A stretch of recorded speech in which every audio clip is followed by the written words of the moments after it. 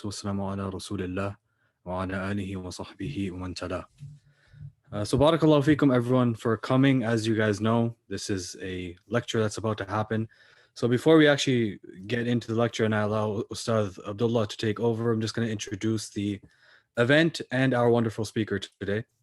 Firstly, my name is Usaid Nizami. I am the president of the University of Toronto Mississauga's Muslim Student Association, or UTM MSA for short. This is an event that's been brought to you by, sounds like an ad, but it has been brought to you by the UTM MSA for our Islam Awareness Week. I assume many of you are from the UK, so MSAs are the same thing as ISOCs, but we just don't call ourselves societies. We're just associations. Now, just to let you know, our Islam Awareness Week is not over yet. We have an event tomorrow as well, another lecture by Sheikh Muhammad Ustadh from the I3 Institute. It will be about Islam and activism from 7 p.m. to 8 p.m. Eastern time, which I'm assuming for many of you UK people and Europeans is a bit late, which is fine, inshallah. We will have our sessions recorded, including this one. Feel free to also send this link to your contacts, WhatsApp, Telegram, whatever medium you want to use. Also, I realize there should hopefully be some UTM people as well, some familiar faces and names. If you could just please change your name on Zoom to indicate that you're from UTM, that would be good. Because as you guys know, for each lecture, we're giving away one special UTM sweater to a UTM student. It would be kind of odd if a UK person or a person from Europe requested it. You don't exactly go to our university. Although we still love you, but it's not exactly meant for you, my friends. Also, another note, for the recordings, they will be posted on our YouTube channel, and one of my executive team members will post a link in the chat for you to see that, inshallah. So without any further delay, let me just introduce our wonderful speaker. He is in the room. So Ustadh Abdullah Al-Andalusi is an international speaker, thinker, and intellectual activist for Islam and Muslim affairs. His work involves explaining and demonstrating by rational argument the intellectual proofs for the Islamic belief system and promoting the Islamic way of life and Islamic solutions for contemporary problems such as economics. Abdullah has had a long experience of working in the Muslim community, and his activities involve researching, writing, and talking extensively on a whole variety of topics, including Islamic revivalism, theology, philosophy, sociology, psychology, and political philosophy. Ustadh Abdullah has also delivered many talks, both internationally and in the UK as well, revolving around the purpose of life, the existence of God, the superiority of the Sharia as a social and political and economic system, as well as conducting and participating in many debates. I'm sure many of you guys have seen those debates with atheists, surrounding a whole bunch of different topics. In 2009, he also co-founded this absolutely wonderful initiative called the Muslim Debate Initiative. I highly recommend you search it up. There are some wonderful debates posted there, as well as some great reading material on a whole variety of topics that explains Islam as a deen, as a full way of life, with an economic system, a political system, a social system, and not just a personal religion as unfortunately many people think of today. So without further ado, I would love for Ustadh Abdullah Andalusi to take over, inshallah. Sorry, just give me a few seconds. I'm just trying to sort out the camera first. So just give me about 2 minutes or so, inshallah. If you are speaking, I can't hear you. Maybe that's just me. Hello? Yeah, that's definitely just me. Sorry. Hello, sorry. Assalamu alaikum. So just give me 2 minutes, just trying to sort out my camera. Yeah, no problem.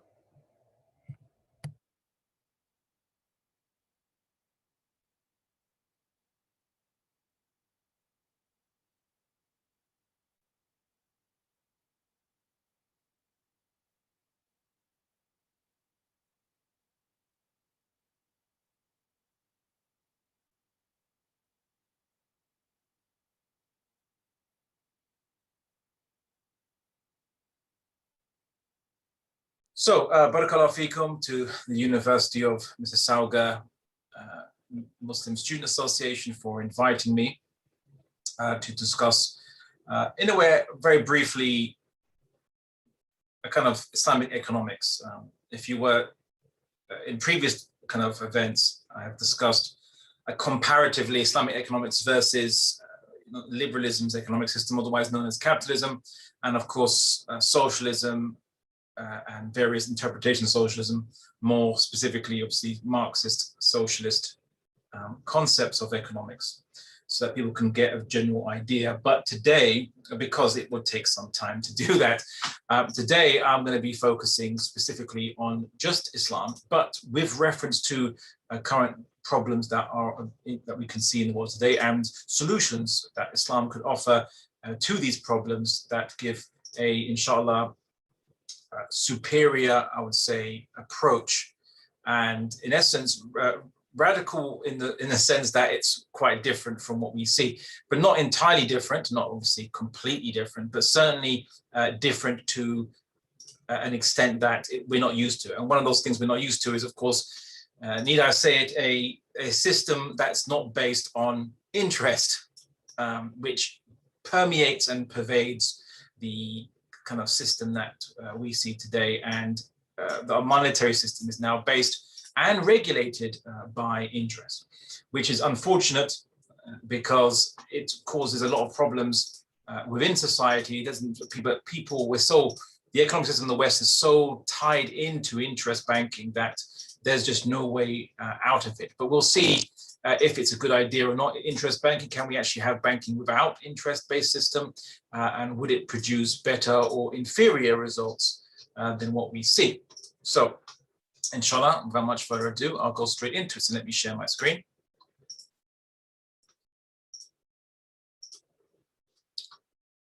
Okay, just.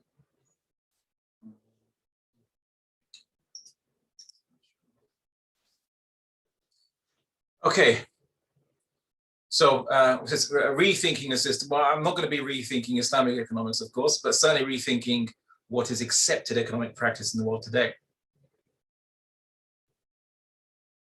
Now,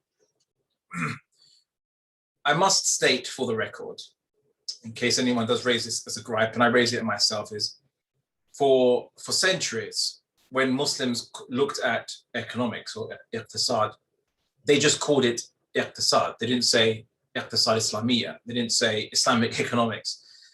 But because we live in a world where there are the rival economic systems and solutions to Islam are well-known, more well-known than Islam, we now have to add Islam or Islamic as an adjective to economics to refer to a particular type or an approach of management of economics. But in an ideal world, and certainly within Islamic civilization, I look forward to a time, inshallah, if Allah allows us to see it, where we would just call the Islamic economic system, or Islamic economics to be more exact, economics, iqtisad or ilm al-iqtisad. So inshallah, something that we would do. And then we would call other economic systems with an adjective to show that they are different from the norm, which would be economics. Anyone, Islamic economics, and anyone who studies economics, obviously in university, they don't teach you it as capitalist economics or Western economics. They just teach it to you as economics. Now, they do discuss aspects of Marxist or socialist understandings of economic system, including later developments within socialism or Marxism, such as planned economies and so on. So they do juxtapose that with kind of capitalism, but these seem to be the only two kind of understandings of economics that are usually taught in mainstream that most university students will be aware of. Actually, before I continue, and this perhaps also makes me want to be very kind of inquisitive on the students who are attending. Is anyone here, and you can write it in the comments, is anyone here a student of economics?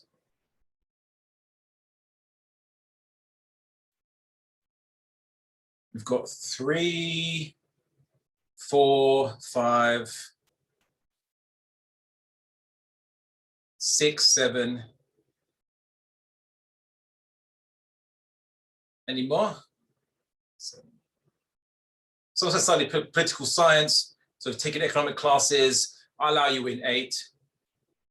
Studied micro and macro for my program, not sure if that counts. Okay, we'll allow you in as well. No, okay, 10, about 10 or so people who are familiar with economics? Well, really good, excellent. And I look forward to some interesting questions from you guys. So please do pay attention, scrutinize, and also compare to what you have studied or learned.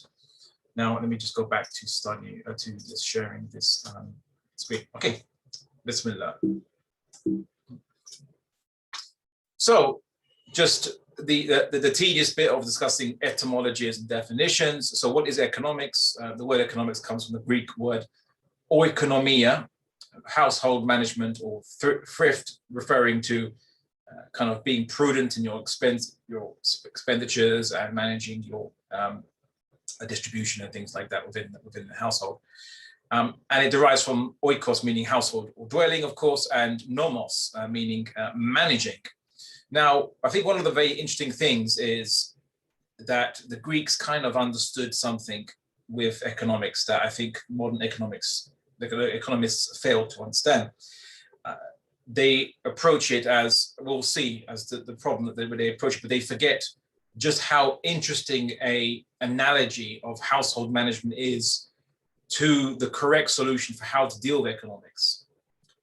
One where in a household, you don't think about the problem being production of resources, because you meant to have acquired the resources. Acquiring the resources into the household is already assumed to be the case, that if there's a need in the house, the resources will be brought in to meet that need. The question is, how do you budget it out? How do you obviously give it to different members of the family, the different resources? Some members want more food than others. Some obviously might need more water than others, depending on their needs, depending if they're sick, depending on obviously their hygiene needs and requirements, which obviously differs even between agendas and things like that. So all this stuff has to be looked into and managed. So the household management of resources.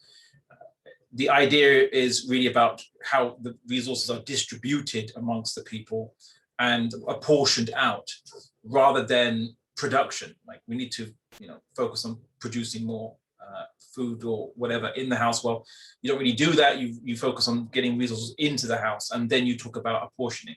So it's quite interesting. I find it quite fascinating that it's almost as an analogy where the word comes from. It comes from this analogy of household management. In Arabic, the word commonly used is iqtisad, as I said, which means to carefully manage and maintain between a position of balance and between excess and deficiency. So basically, maintain a balance between excess and deficiency.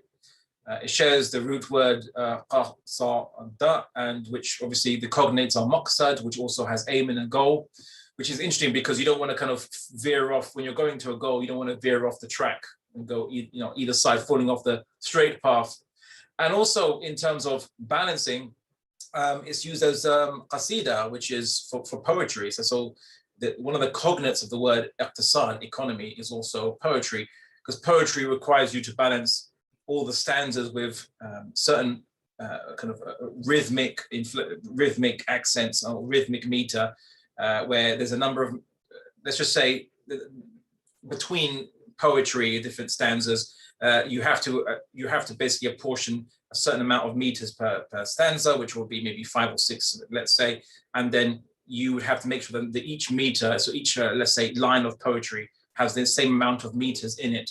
And a meter refers to the amount of accented words in Arabic language anyway, the accent on the vowels, which is for you to, any linguist say, you can explain what is meant by that. But basically, you have to measure out consistently over each sentence, or stanza rather, on poetry, which is quite fascinating, that the cognate, it's a cognate of iqtisad, which means kind of to manage or maintain a position between, or a balance between, excess and deficiency. So that's quite fascinating, the Arabic word that is chosen for that topic. So let us discuss the human economic problem according to the Enlightenment, otherwise known as Western political philosophy. So as all of you guys know who study economics, who have been introduced to it more than just a casual introduction, or even a casual introduction, of course, what you'll see is the human economic problem is defined as there are limited scarce resources. So there's only, the earth is not infinitely big.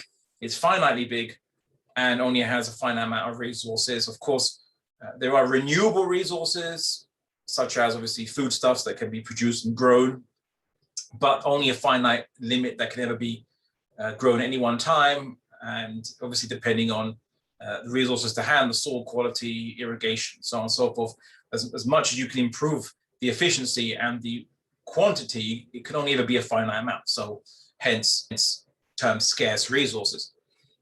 But the problem is, it says that according to this human economic problem, that humans have unlimited wants and needs. It's unlimited, So how are you going to deal with that? How are you going to solve that? Now, this is, I source this from Economics Online as this particular graph, but from a kind of a teaching material from Oxford University Press for GCSE level, which is a kind of a basic level. So when you finish secondary school in England, you get GCSEs around 16 years old, basically. Again, human wants are unlimited, but resources are scarce. And of course, it's the discussion of economics is how you basically, what products should be produced and for who. Okay, so that's the kind of questions that they like to ask. And apparently the human economic problem is something that can't be solved, because how can you solve finite resources and unlimited needs? Even if you produced 10 planets like Earth, it would still be scarce, it would still be finite resources and unlimited or infinite needs. And that's a problem that they say it can't address, and hence it's called the basic economic problem, or the human economic problem. Does that have a solution? Is it solvable? Well, indeed it is, because it is all based upon a lie. And I think any one of you who are quite sharp, and some of you I notice are students from my Dow masterclass, so please, I hope you do me justice and show my teaching has been not to waste. See if you can notice the problem, the assumption here. It should be quite obvious. I'm surprised most people don't really notice it in economics, and they still consider this to be the human economic problem. Would any one of my students from my Dow masterclass like to venture a guess? Unlimited needs, it was said. Human needs are that human beings have infinite or unfinite needs. Yeah, infinite needs, I think. Yeah, so you've noticed it. No problem.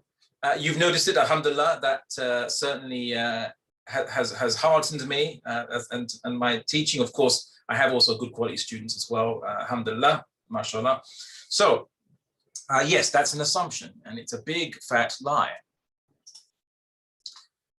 However, to meet this lie, the answer, and it might surprise you, but the answer from both capitalism, which is, oh, someone says, I noticed it that at first but ignored it. Are you someone, so Sabir, are you someone, you're talking about you noticed it when you were studying economics at university, and then you ignored it because it was just a given, or are you saying, oh, when I just introduced it? Okay. So the response to this human economic problem is the same across the ideologies or the different political philosophies. So capitalism, obviously, which is liberalism's economic system, as well as socialism or Marxist socialism, they're not necessarily the same, by the way. They're not the same, by the way. So, but whatever their approach in their particular economic systems that they have, they focus on the same solution, which is maximize production. So you maximize production, and hopefully you will at least minimize the human economic problem, because it is it can't be reconciled. It is irreconcilable. That's not the case. Now you might think, I don't understand how it's similar. How, apart from maximize production, okay, they both do that, but how are they kind of similar? Because you've been told they're very different, and of course they are very different in many ways. In some ways, because they came from the same source, the Enlightenment thinkers, they share some basic DNA, which is the same. And what they share is the idea that obviously maximize production. Now, capitalism has this kind of idea of a trickle-down effect, which is you have this pyramid, and you imagine you just you're pouring resources down the top. Now, yeah, sure, the ones on the top get the biggest, part of the pie, but there'll be crumbs and they will eventually trickle down to everybody and down this pyramid. So if you just put enough of a big pie down on the top of it, eventually enough crumbs will filter down to everybody and everybody will get a piece of the pie. Whereas socialism's response is, make the biggest pie possible and then give everyone an exactly equal part of it. Although Marxism or Karl Marx argued that it should be according to need, so everyone should be given an equal or an equal consideration, at least, if not exactly equal, but should be given according to their needs. So a woman who has like 5 children, a single mother, should be given more resources than a single guy who is 20 years old in their prime and they are a rocket scientist or something like this. You should give more resources to the single mother who's raising 5 children because she has a greater need than this single 20-year-old guy who's a rocket scientist. You don't give him more because what he's doing is more valuable, according to obviously Marxist understanding. But you give to each according to their needs, but you give each equal consideration anyway. So you might think that, well, socialism has solved it. But the problem with socialism is that what goods are to be produced and how much of it for who was a major problem. And they differ, and the problems arise between these two, and significantly for socialism because it believes in a more planned economy and not allowing a kind of natural supply and demand to decide distribution of wealth. But I don't want to get too much into capitalism and socialism and Marxist socialism because you've heard a lot about that already. So I would much prefer us to talk about Islam because hence it's the topic of this lecture. I have given previous lectures where I compare all of them in much more detail. Right. Well, here's the big lie of the human economic problem model. The elephant in the room, the proverbial elephant in the room. Human needs are actually finite. How much food do you need? I don't care how American you are. You only need a finite amount of food. Right? A lot, but a finite amount of food, nonetheless. You need a finite amount of water, a finite amount of shelter and clothing and warmth. I don't care how much dresses you like. I don't care, obviously, how much bags or whatever you like. You don't need an infinite amount of them, right? To satisfy your basic needs as a human being to survive and be relatively comfortable. You don't need an infinite amount. You need a finite amount, and it is a very achievable finite amount. So it's just very basic, very basics that can be easily provided with the resources that we have to hand. Now, there was a study which called the Simon Project, and it kind of listed something called a type of abundance index, or the Simon Abundance Index. And what it showed compared to 1980 to now, relatively, well, last year now, so that's 2021, was that despite the fact that you have an increasing population, the world is population is increasing, though it's beginning to slow, the rate of increase is beginning to slow down, maybe thankfully. Resources overall are getting cheaper in real terms. So not about inflation, but actually, because of course inflation of fiat currency obviously would make things, over time more expensive, but in real terms it's getting cheaper. Which means that in essence, we have better and easier access to an abundance. We have more abundance now than we ever have. And every human being has more access, more capacity to access this abundance than we ever have in human history, at least, or than we ever have at least since in the last century anyway, or last two centuries, because you might argue that maybe someone hasn't always performed an abundance study at every epoch of human history. So that's a very generalized claim to make, and maybe there was a time in thousands of years ago where it was more abundance. Unlikely, but maybe, of course. However, what we see today is that we see there is an overabundance actually, and things are cheaper now than they ever have been. Resource availability is greatest now and is increasing due to human ingenuity, efficiency, and so on. So this stuff, basically this index shows that we can actually meet human needs quite adequately, more so now than we ever have done in the past. The distinction that should be made, that should be noticed by anyone who's a budding economist, is that there are two types of things. There's human needs, what you need to survive and to be comfortable as a human being. So obviously not being warm wouldn't be comfortable. Of course, it could kill you eventually due to exposure and hypothermia, but this is what you need to survive, and to survive with a relative amount of comfort.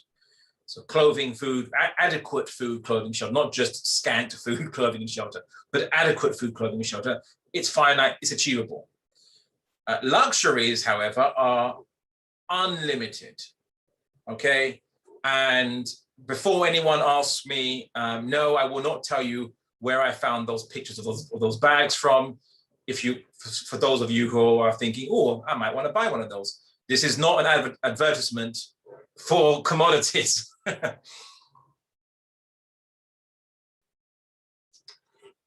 So,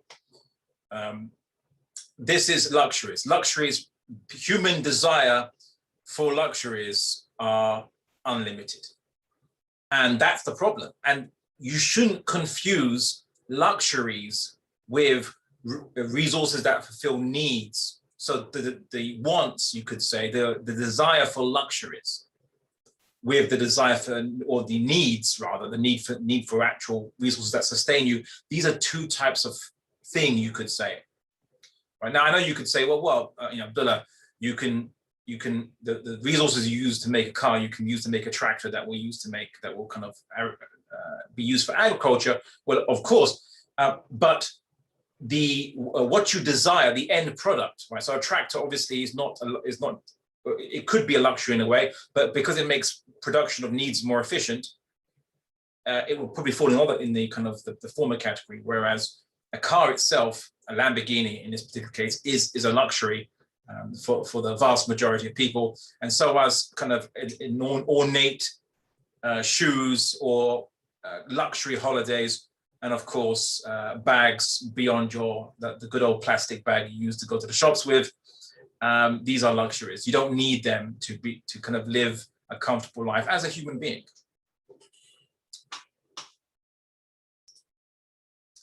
What's Islam's simple solution? It seems quite evident, Islam's simple solution. Just a little note for those of you who might be wondering. I think that Islam should be represented by the Shahada, because that was the flag of Islam. It was the flag of the Prophet Muhammad, or at least the Shahada. This is obviously the Shahada 10, the two obviously statements of faith. Not some Turkish symbol that came in about 500, 600 years ago, which, I mean, it's no problem just because it's a Turkish symbol, but it's a Turkish military symbol. It doesn't really, the moon and the star and crescent, it's not actually a symbol of Islam. It's just a military symbol that became popular, and the Ottomans made it even more popular and well known. And so, and that then became the kind of symbol of Islam, because the Ottoman Caliphate was the caliphate of the Muslims around the world. And so whatever flag they were flying, which was a military flag, or in origin, a symbol from a military flag, became the flag of all Muslims. But it's not the flag of Islam, even though it has become so popular. The flag of Islam, the Prophet's flag, is narrated, sallallahu alaihi wasallam, was narrated to have the single phrase, the Shahada, la ilaha illallah. But I suppose you could add the Shahada 10 in total. But that's the flag of Islam is the Shahada, nothing else. The symbol of Islam is the Shahada, nothing else. So, Islam's simple solution is this: guarantee meeting everyone's needs. It's quite kind of obvious once you put it like this. And after everyone's needs are met, permit humans to compete for their desired luxuries. So you can have a laissez-faire system, as the French phrase goes. Laissez-faire meaning let people do, like let it be done. So let people do what they want to get their luxuries and compete with each other and use their natural strengths and acumen to get desired luxuries, to get the bags they like, or the leather shoes they like, or whatever, if that's what they like, and Lamborghinis and so on and so forth, or an array of Lamborghinis. But that's after you guarantee at meeting everybody's needs. So when you can do that, then you can have a type of laissez-faire system. So Islam is not a planned economy, but at the same time, it's not a Demesian Austrian school type free-for-all where everyone can just privately own anything they want and it doesn't matter about having a welfare state for the people, what have you. Now, social liberalism noticed, it was a new evolution of liberalism, noticed that the old classical liberalism was just unworkable. There was mass misery, exploitation of workers. There was also a fear of socialist revolution. And so what people don't realize is that pure capitalism actually failed about 100 years ago or so. It was kind of phased out about 100 years ago. And in its place, social liberalism was implemented, which tried to make sure that people did have some kind of basic need by increasing taxes on the rich, expanding a welfare state to try to achieve that. But as many of you who live in countries where you have people still living on the streets, not much opportunities for careers for many people, and no access to good healthcare for those of you who live in the United States of America. Canada is obviously a large country with a small population, so you're still in the good years now, I think, but give it some more time, a couple of decades, you might be like the rest of Europe, to some extent, where in many in Europe, there's obviously a lot of poverty, there's food insecurity in many countries, including UK.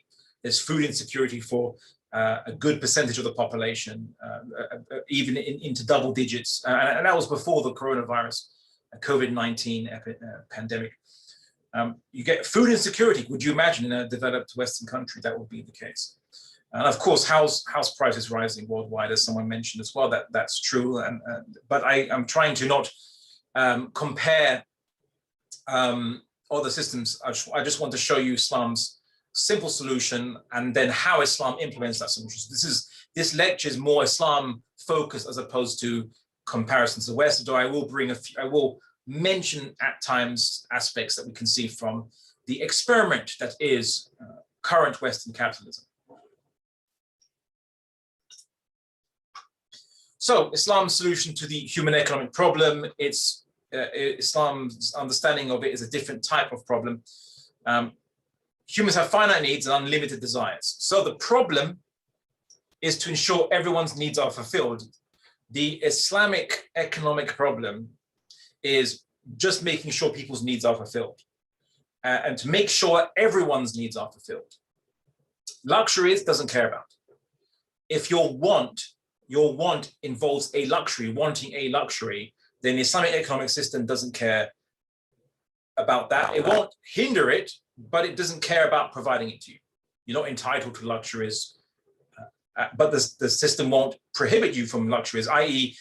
the private sector is free to generate whatever luxuries it wants to do for its consumers, and that's not a problem that Islam kind of steps into. Islam is primarily focused, the economic system is primarily focused on getting everyone's needs, the basic needs sorted out, but it has many systems in place that encourage things like investment, things like obviously development of capital and increasing efficiency of developing agriculture.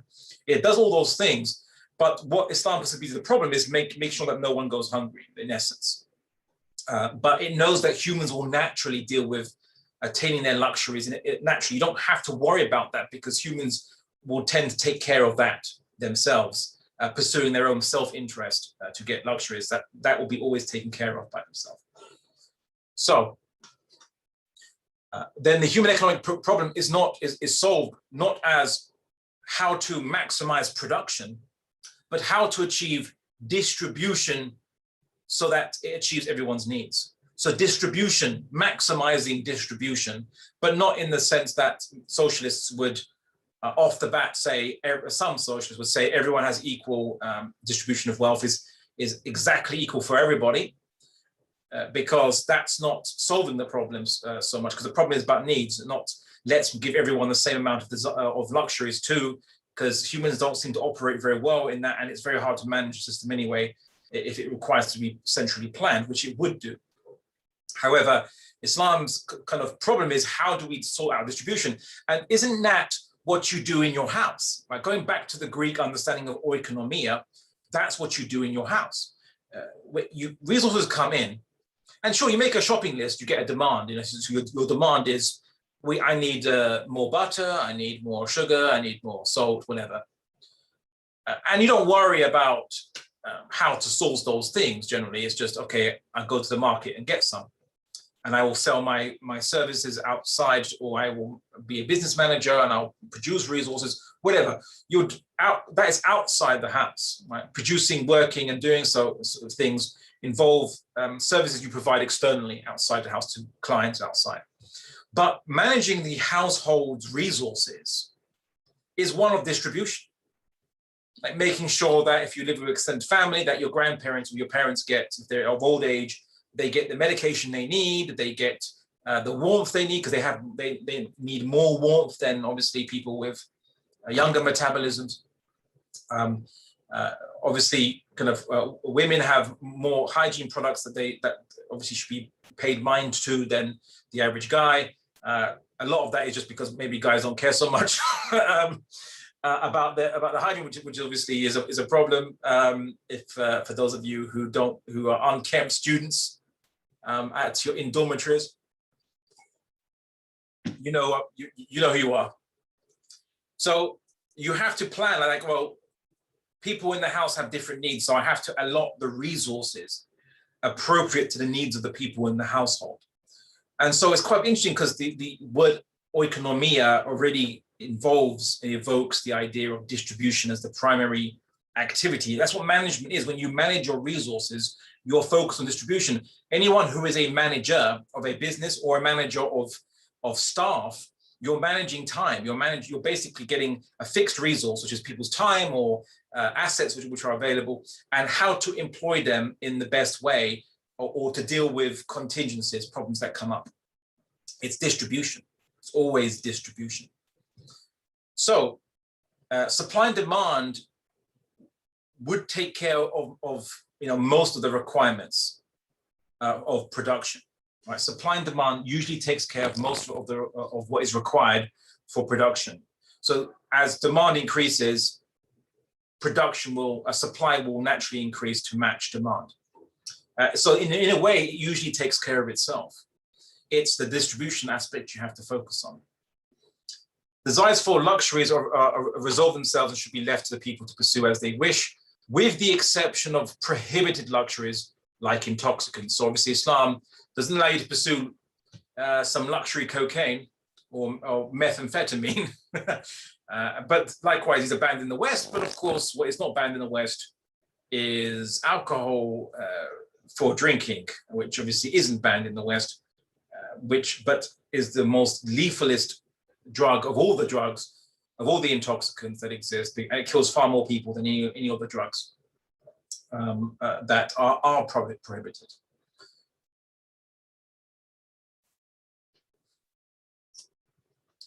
So let's establish some principles. This is not just some conjecture by Muslims 1,000 years after the time of Islam. This is all based on the teachings of the Prophet Muhammad sallallahu alaihi wasallam, and of course revealed by the Creator in the Quran, subhanahu wa ta'ala. What we see the Prophet Muhammad saying is, the son of Adam has no better right than that he would have a house where he may live, a piece of clothing whereby he may hide his nakedness, and a piece of bread and some water.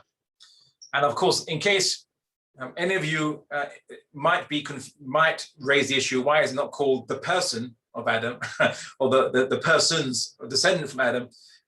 In Islam, as is naturally the case, If it refers to males, or using male pronouns, it refers to both males and females equally. So women as well as men have a right to house, clothing, and food and drink.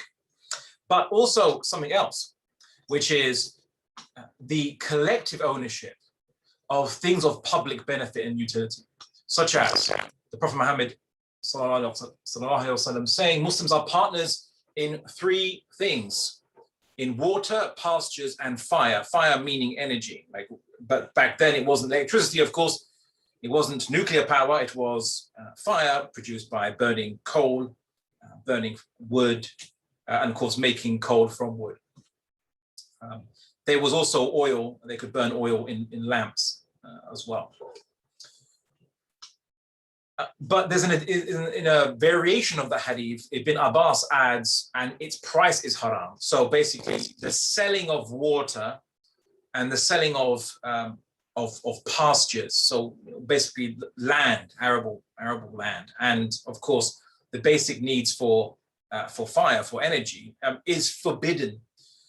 Meaning that if there is a resource of public benefit, it can't be privately owned and it can't be privately sold. It must be either allocated to the people by some means. It can be operated by a steward of some kind, but not for profit. The Prophet Muhammad ﷺ also said three things are not prevented from the people, referring to the people: the water, the pastures, and the fire. So you're not allowed to monopolize or privatize or even state-own these resources. So the state can't own it, it can't be nationalized, and it can't be privatized, but it's actually a public resource. And we'll get to how Islam deals with public resources later on. Islam recognizes the profit incentive, but channels it for good purposes. So Islam doesn't prohibit you from seeking improvement of your condition or seeking wealth. We see in the Quran, it says, the Creator says to mankind, but seek through that which Allah has given you the home of the hereafter, and do not forget your share of the world, and do good as Allah has done good to you, and desire not corruption in the land. Indeed, Allah does not like the corruptors. Anyway, for any of you non-Muslims who are joining, who are English speakers, Allah is just the Arabic word for God. If you were speaking any Semitic language, the word for God is spelled exactly the same way and pronounced very similarly. Eloh, Allah, whatever, it's the same. Or Elah. Anyway, so don't think Allah is a specific strange name for God. It's just the Arabic word for God. So what we see is that as Muslims, we seek the hereafter. We seek good for in the hereafters, and doing good deeds for the sake of God, for the sake of the next life, the world to come, but not to neglect our share of this world. We're not to neglect this world, and we should do good. People say money is a source of evil. In Islam, it can be a source of good if you use it for good purposes. And that's what Islam encourages, altruism and giving, including even giving interest-free loans is encouraged as a charity. We'll come to that later. So what you see is that, but do not cause corruption in the land. And it's quite fascinating because especially in the era of climate change and pollution of our environment, this verse of the Quran is all the more pertinent, that the Creator has given us the world to look after, to use for our own comfort, but not to corrupt it, not to despoil it. And certainly in other verses of the Quran, not also to harm the wildlife and animals that are also sharing this world with us, of which we will be accountable for how they are treated as well. But I discuss Islam's treatment of animals and its care for animals in other lectures that I've done previously. We see that an individual approached the Prophet Muhammad sallallahu alaihi wasallam, who obviously was the head of state of the Islamic government of Medina, and he asked the Prophet for money. The Prophet gave it to him. He asked again. The Prophet gave it to him. He asked again, and the Prophet gave it to him, and then instructed Hakim The Prophet Muhammad sallallahu alaihi wasallam said, this wealth is like green and sweet fruit. So it's like ripe, it's like enjoyable fruit. And whoever takes it without greed, God will bless him for it. But whoever takes it with greed, God will not bless him. And he will be like the one who eats but is never satisfied. And the upper hand is better than the lower hand, which is an expression meaning it is better to give than to receive. So it's always better to give than to receive rather than to obviously to take. But if you take without greed. So take for what you need. Don't take to amass wealth for its own sake. But what this also means is that, and what motivated many Muslims in the past for centuries, rich Muslims, was they would get money because they could, for money, the utility of it, excessive money, in excess of their needs, was they could fund poor people, they could fund institutions, they could spend it, and they were in a way greedy for the reward of God in the hereafter. And money was a way of getting that reward. And so for them, it wasn't the reward of this life, but they wanted to better the condition of their society for the reward of the next life. And they established many institutions which are called waqf, which we will come to later on in this lecture, but I don't want to get ahead of ourselves. So Islam recognizes profit incentive. It doesn't prohibit profit incentive like you hear in certain understandings of kind of extreme or Marxist socialist economic systems where it is alleged they're not based on profit, or people will get the same wages no matter what they do. So there's no, and that led to some people being demotivated to improve their work or to work very hard because they're not going to get any more money for their work. Islam recognizes that there is a profit incentive. People are motivated to get excess beyond their needs. And it's not a bad thing, provided that it has a good intent behind it, because there are many, you could treat your family. Most people get money to actually treat their family, to help them look after their family or to give good things to their family, and that's not prohibited in Islam. But we see that Islam recognizes the problem of unlimited wants, and it doesn't view it as an economic problem. It's viewed as a spiritual problem, and I use the word spiritual only to mean a problem of the ultimate intent of someone's life. Someone intends the hereafter, intends to worship God, then that's what we call a spiritual intent, you could say. But if someone intends only to get benefit in this life for their own enjoyment, then that is they lack a spiritual intent, and that is a spiritual problem they have, but it's not an economic problem. So the Prophet Muhammad sallallahu alaihi wasallam obviously informed us via this hadith, as you can clearly see, that if the son of Adam was given a valley full of gold, he would love to have a second one.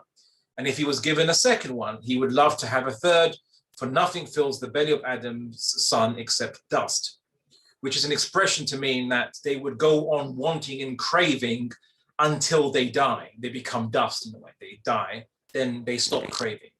So if you are going to make an economic system that is purely based on satisfying cravings, then you're going to end up with not everyone getting their needs met, as those who crave will continue to crave unabated.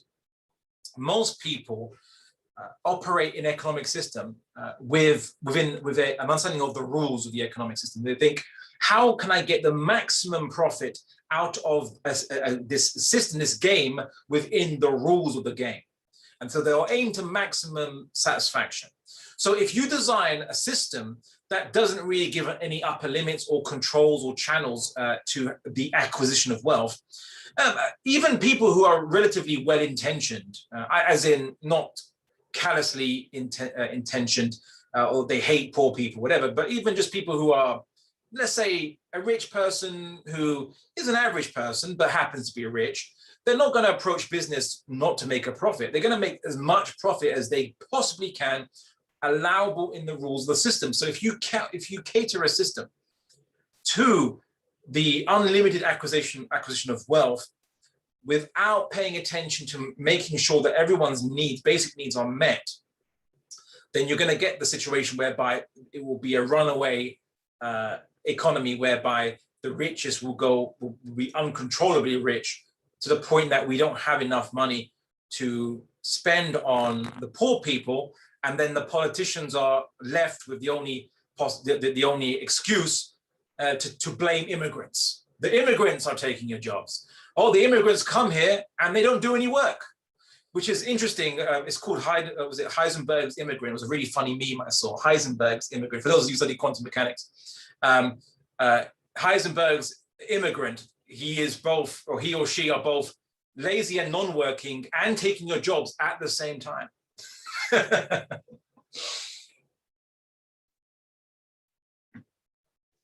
So they blame the immigrants, but the reason why you don't have enough money to go around to satisfy the basic needs of society is not because immigrants are coming in.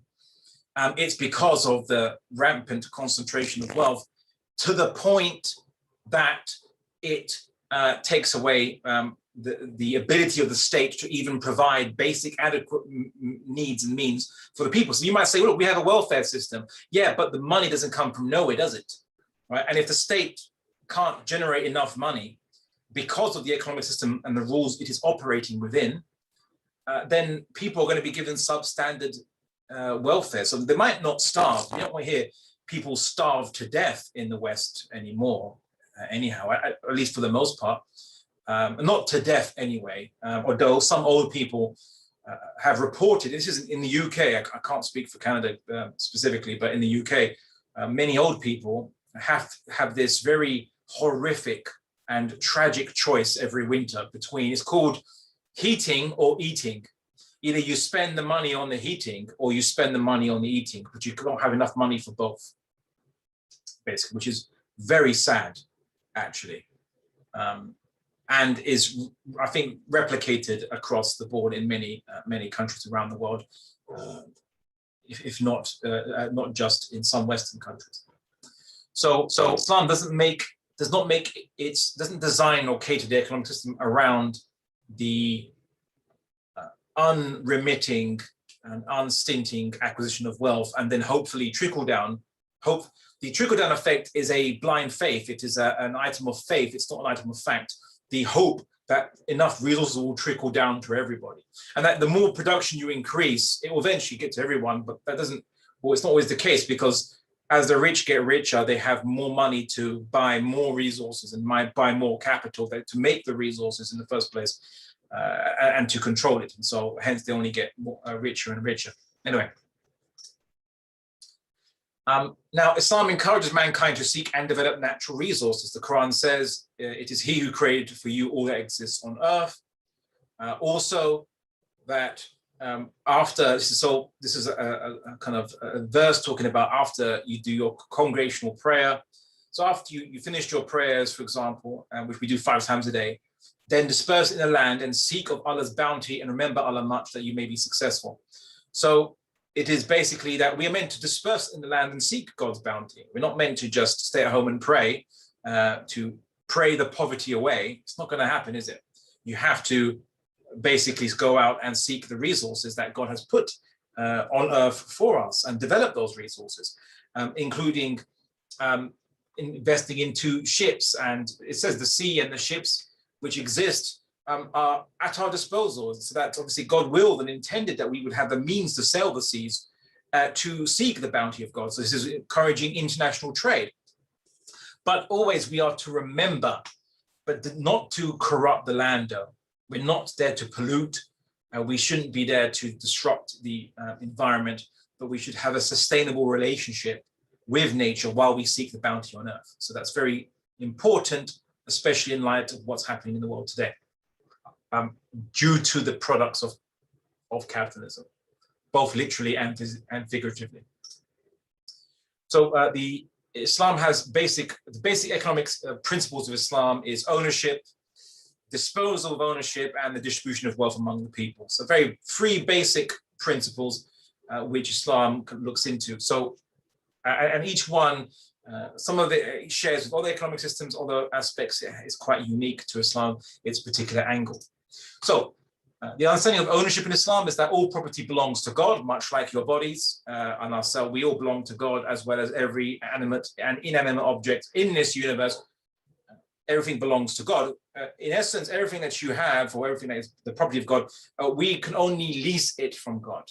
That's all we can do. So whenever we can say we own something, but it's also in a way more importantly and more accurately a lease from God. So we are in a way giving it as a trust from God.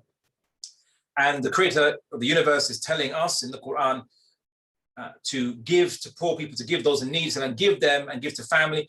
And it says, give them from the property of Allah, which He gave to you. So you give to others what Allah has entrusted you with, and spend from that which He put you in charge of. So everything we can own things in Islam is that we believe in what would be the equivalent of private property. That's not a problem. There's no negation of private property.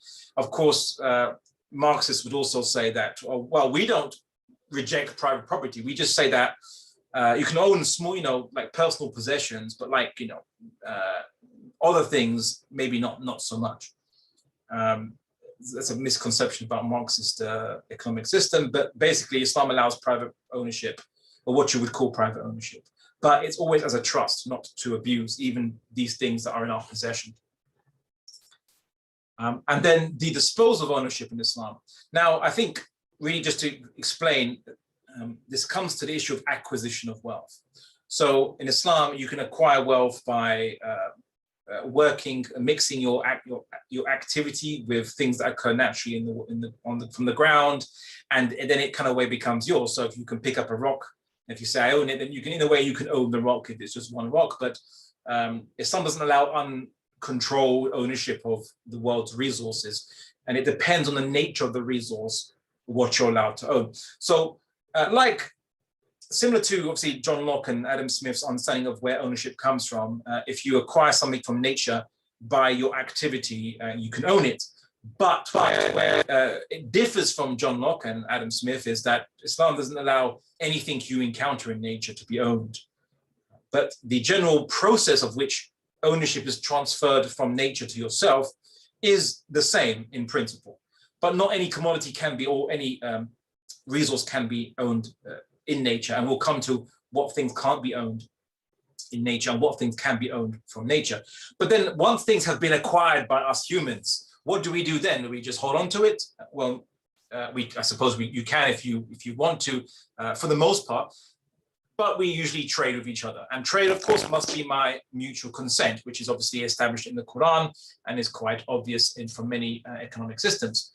The Quran says God has permitted trade, and this is something that is allowable. But interestingly, of course, Islam allows supply and demand to determine the best way of distribution of wealth for the particular things which are being distributed by that means. So someone came to the Prophet Muhammad and said, "O Messenger of God, fix prices because certain commodities were getting very expensive." And he said, rather, God reduces and increases. So the Prophet Muhammad prohibited price fixing. Now, whenever commodities like foodstuffs became too expensive, if ever they became expensive in the Muslim world in the past, because we have 1,300 years of practice applying this system was actually applied, and we have now a good, interesting record of it. Usually the local state or administration would purchase foodstuffs and to make it available for the public if these were necessary foodstuffs required for their survival, and then sell it to them at a lower price. In essence, you call it subsidies, which we'd call it today. So it would subsidize necessities. That's when the state would get involved if it required to do so. And that would then increase demand, and then supply would be increased naturally to meet that demand, and then the prices would go down again. So that's how it was managed. But to fix prices is something that is prohibited in principle in Islamic economics.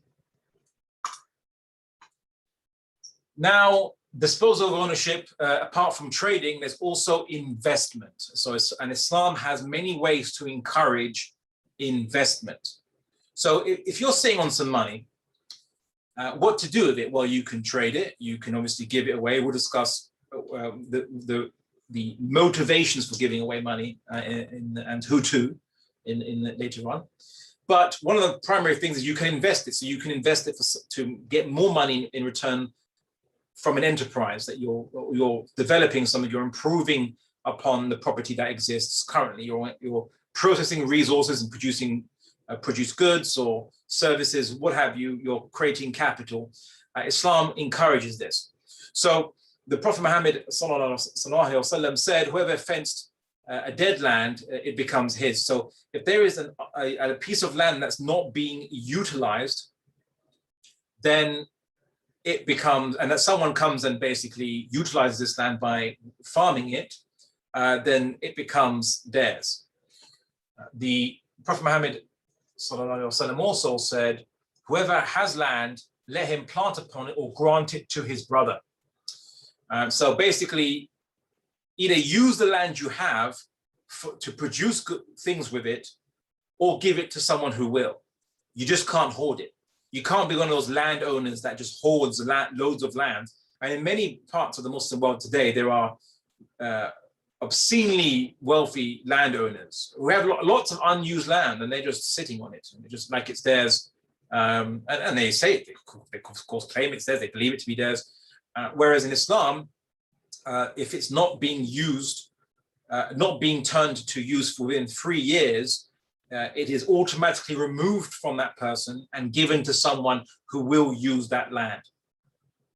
So that's how Islam encourages, use it or lose it, basically, and encourages investment, encourages development of the land and working the land. And interestingly, is in another narration, it was said that the Prophet Muhammad forbade a rent or a share to be taken for the land. So some people, they own land and they just rent it to other people, and they make money renting land to people for them to basically, they work the land for this person that does nothing, just sits back and basically gets money from renting it out to other people. It didn't allow this. You work on it or you sharecrop it. So basically, you have employees that become stakeholders on the land that you're basically cultivating. Is renting haram? Is renting? It's talking about agricultural land. Yeah, it's not talking about, let's say, renting a house or renting something else. That's something else. This is about Islam encourages the cultivation of agriculture, and it doesn't allow people just to sit back and let other people, do the work for them. Either they get involved or they reach a type of agreement. So they have basically, you have people working the land, and you agree that a percentage of the profits will go to these people who are working the land, sharecroppers, basically. So this is a way to prevent these landlords that just sit on huge swathes of land and benefit off the labor of other people, who they have to pay them rent for the land. And of course, rent has to be paid whether the land is productive or not. Whereas in Islam, everyone shares the risk and the reward. So if the land isn't productive, then these people who are working the land, they don't owe the landlord anything. Because as sharecroppers, they get a percentage of whatever the land produces. But also to encourage agriculture, and of course, as everyone knows, agriculture is the backbone of society's economic systems. If to be self-sufficient in food is very important, and you can't have more advanced civilization if people can't eat, right? So now, of course, in many economies in the world today, they rely on importing food cheaply from exploited countries, while they become knowledge economies. In essence, the landlords of the world, in a way, which is not something that Islam looks favorably to, but rather Islam actually looks at that the countries must be, or a state that ruled by Islam must be self-sufficient, of course, and developing its own agriculture to feed its own people. So taking rent for a land that laborers work on is haram. That's what the hadith is obviously is saying. It's saying that you can't rent or share or kind of rent or a share to be taken for a land. Or a share can only be taken from the produce. So people want to work the land, that's fine, but it has to be shared out the produce. So people are working in a type of cooperative, but cooperative in the sense of the product of the land, if not the ownership of the land itself. The Prophet Muhammad, so someone said, how about putting people on rent in your house? I don't know if I mentioned already that it's not about house renting, it's about agricultural land, so not about house renting. The Prophet Muhammad said, 1/10 is put on what is irrigated by the rivers and rain, and half of the 10th is put on what is irrigated by the water wheel. Now, in Islam, the state has certain taxes, which are fixed taxes it takes from agricultural land, and land which is normally naturally irrigated has 1/10 the produce that goes to the state for the state's expenditures to pay for things that the state obviously has to pay for. But the tax is reduced, is halved, if people develop their own irrigation. They invest into artificial irrigation. And this is actually saw a lot of development in water wheel technology and also wind-powered irrigation as well, technology, such that even like in Spain and Portugal, obviously my part of the world, the Muslims were actually responsible for bringing this new technologies into Spain and Portugal, improving the irrigation systems there, an improvement of the Roman system prior to. So, and it was because of this motivation to create an efficiency of irrigation and to artificially irrigate land, because you get to pay less tax. The great thing about this is that if you artificially irrigate land, this increases the production that the land can produce, and it creates an abundance anyway. And of course, 5% of that is still going to be quite a lot, because the production from that land will increase if it is artificially irrigated compared to just waiting on nature to irrigate it itself. So this increases production naturally and is an incentive for investment. Prohibited means of ownership and disposal. So from what we see from the prohibited means and of ownership and disposal, we see that interest, usury, or riba in Arabic, and gambling is prohibited. Why is that? Why is it prohibited? Well, just think rationally about it, really. Oops, I went too far, not just yet. So just think rationally about it. What you have is trade is permitted in Islam, but interest loans with interests are not trade, because Islam considers that when you trade, you should trade commodities. I want your commodity, you want my commodity, so we make trade. We exchange as commodity. Same also with, it's a bimetallic system, gold and silver, so you can exchange silver for gold. Although that must be instantaneously, it must be done there and then, not like I take it back and I give it to you at a certain point in time when the values of the gold and silver might have fluctuated. It must be instantaneous. According to, and that's also based on a hadith by the Prophet Muhammad about you can exchange between two types of the bimetallic currency, but it must be done there and then. Not like I give you gold now, I take gold from you and I will give you this amount of silver at a later point in time when the prices have fluctuated, because that's interest by stealth in a way. So in Islam, money is only meant to be facilitating exchange. It's not a means of acquisition in of itself.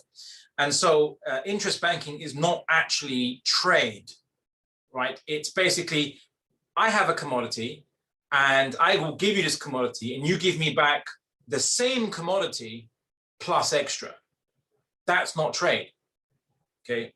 That's basically exploiting someone who's in need because they need money, and then asking from them more money at a future point in time. So this is basically as trading like-for-like commodity but with increase. But what is the purpose of economics from the Islamic perspective? It's about distribution of wealth. It's about distribution of resources. So exchanging money for money with increase is not distribution of resources, and therefore is irrational.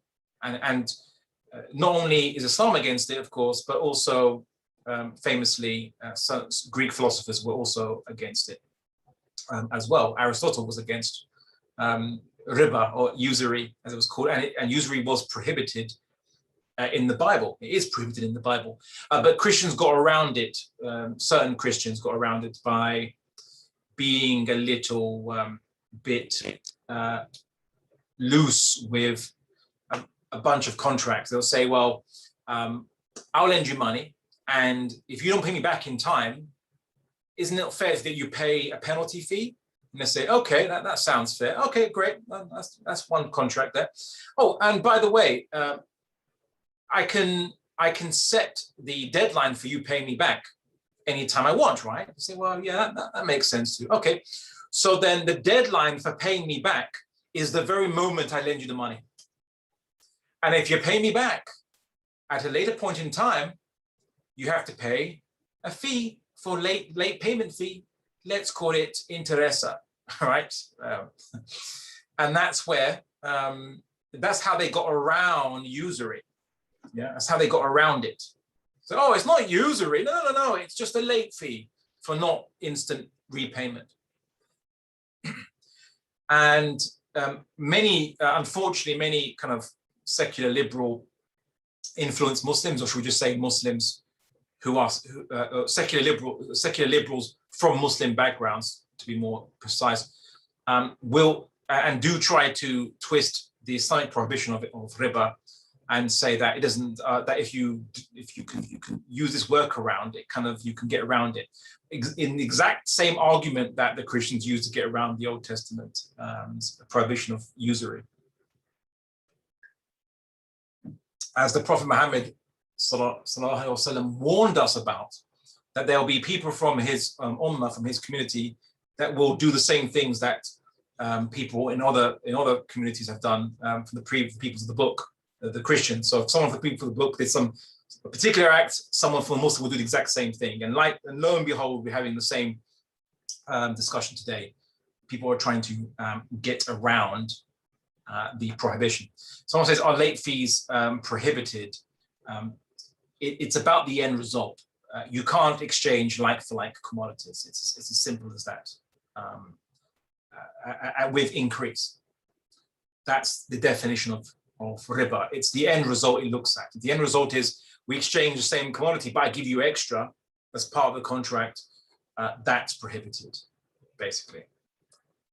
Now, so you were asking about Bitcoin. Bitcoin is similar to fiat currency. It is fiat currency, but let's say that for the Q&A. So there's that. So your interest or usury isn't trade. It's exploitation and unjust enslavement, because you're making someone be beholden to give you the fruit of their labors, which obviously is how they make money, is the fruit of their labors. They must give you the fruit of their labors because you gave them money, and they are returning back to you that money. They're returning the same amount back to you, but they're now beholden on top of that to give you the fruit of their labors. They owe it to you. That's enslavement. And that's even worse. That's worse. Okay, it's not, I suppose you could say it's philosophically worse, not practically worse, but philosophically worse than even the Roman or the kind of pagan concept of enslavement. Because someone could enslave themselves. If they needed money, they would enslave themselves, and the master would give them money, and they could spend it on what they need to spend it on, like a family or what have you. And they would put their body and their self into slavery. They would sell themselves into slavery. And they couldn't get out of it again until they had paid off what they owed of the initial amount. So they have to work that initial they have to work and then pay off, in addition to that, the value that they're owed, unless the master releases them from that bound. Actually, so I just realized it's exactly the same, actually, because in essence, you're selling yourself into slavery, and you have to work as a slave, and the only way to get out of that is to give, on top of your work, you give extra. You have to give back the cost that the master gave to you. You have to pay the master back to free yourself from slavery. So you're giving the master the money that you originally got, plus the fruit of your labors in addition to that. So it's actually philosophically identical to self-enslavement for money, which happened in the past. Islam prohibited that form of enslavement, by the way. That was actually prohibited in Islam. Islam ended that practice. Someone says student loan gives similar vibes. No comment. Or rather, maybe I'll say, if the shoe fits, would be the best word. So, gambling is also prohibited because it exploits the poor. It's designed so that the house always wins due to looking at probabilities. And so if you have a game whereby 9 out of 10 times the customer will lose, but for that one time a customer wins, you give them, let's say, 7 out of 10 of the amount of monies that have been given into the gambling house. The gambling house makes a profit, and most people come into that gambling house will lose their money, and they won't have got anything from it. If you say, "Oh, wait, but it's a service," no, it's not a service, because the gambling house or household or the casino or whatever it is not doing something for you. They're not giving you a massage or giving you giving you consultation, apart from a life lesson. You could maybe, but it's not giving you any particular service. It's really just saying, I'll give you money back if this randomized game of chance says that you win. But I've obviously steered it to the fact that the most likely probability is we're going to win most of the time, and you're going to lose most of the time. And so ultimately, most people coming in will be the loser. That's not trade. You're not trading anything in that. And it's actually exploiting people. Tends to be the poor, because the poor are told that you won't have any chance of actually getting anything successful in your life. You might as well gamble the pittance you have left for the off chance that you can get your way out of poverty. You can win your way out of poverty. And so it's horrific. And of course, interest and gambling have both been prohibited by Islam in equal measure.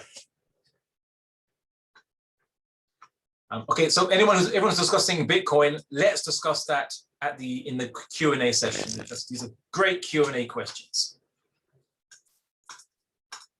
Now, I felt like maybe I should just show the verse of Quran first before I just point out something. So in Surah Al-Baqarah, there's quite a few ayats that talk about interest. It says people on a day of judgment will be in a very sorry state, because they said they believe that trade is no different to interest. But the response to them is that Allah has permitted trading and forbidding interest. Now, it was because at the time there were people, obviously in the time of Prophet Muhammad ﷺ, who were engaging in interest. So they were obviously making loans and asking for more money back in return.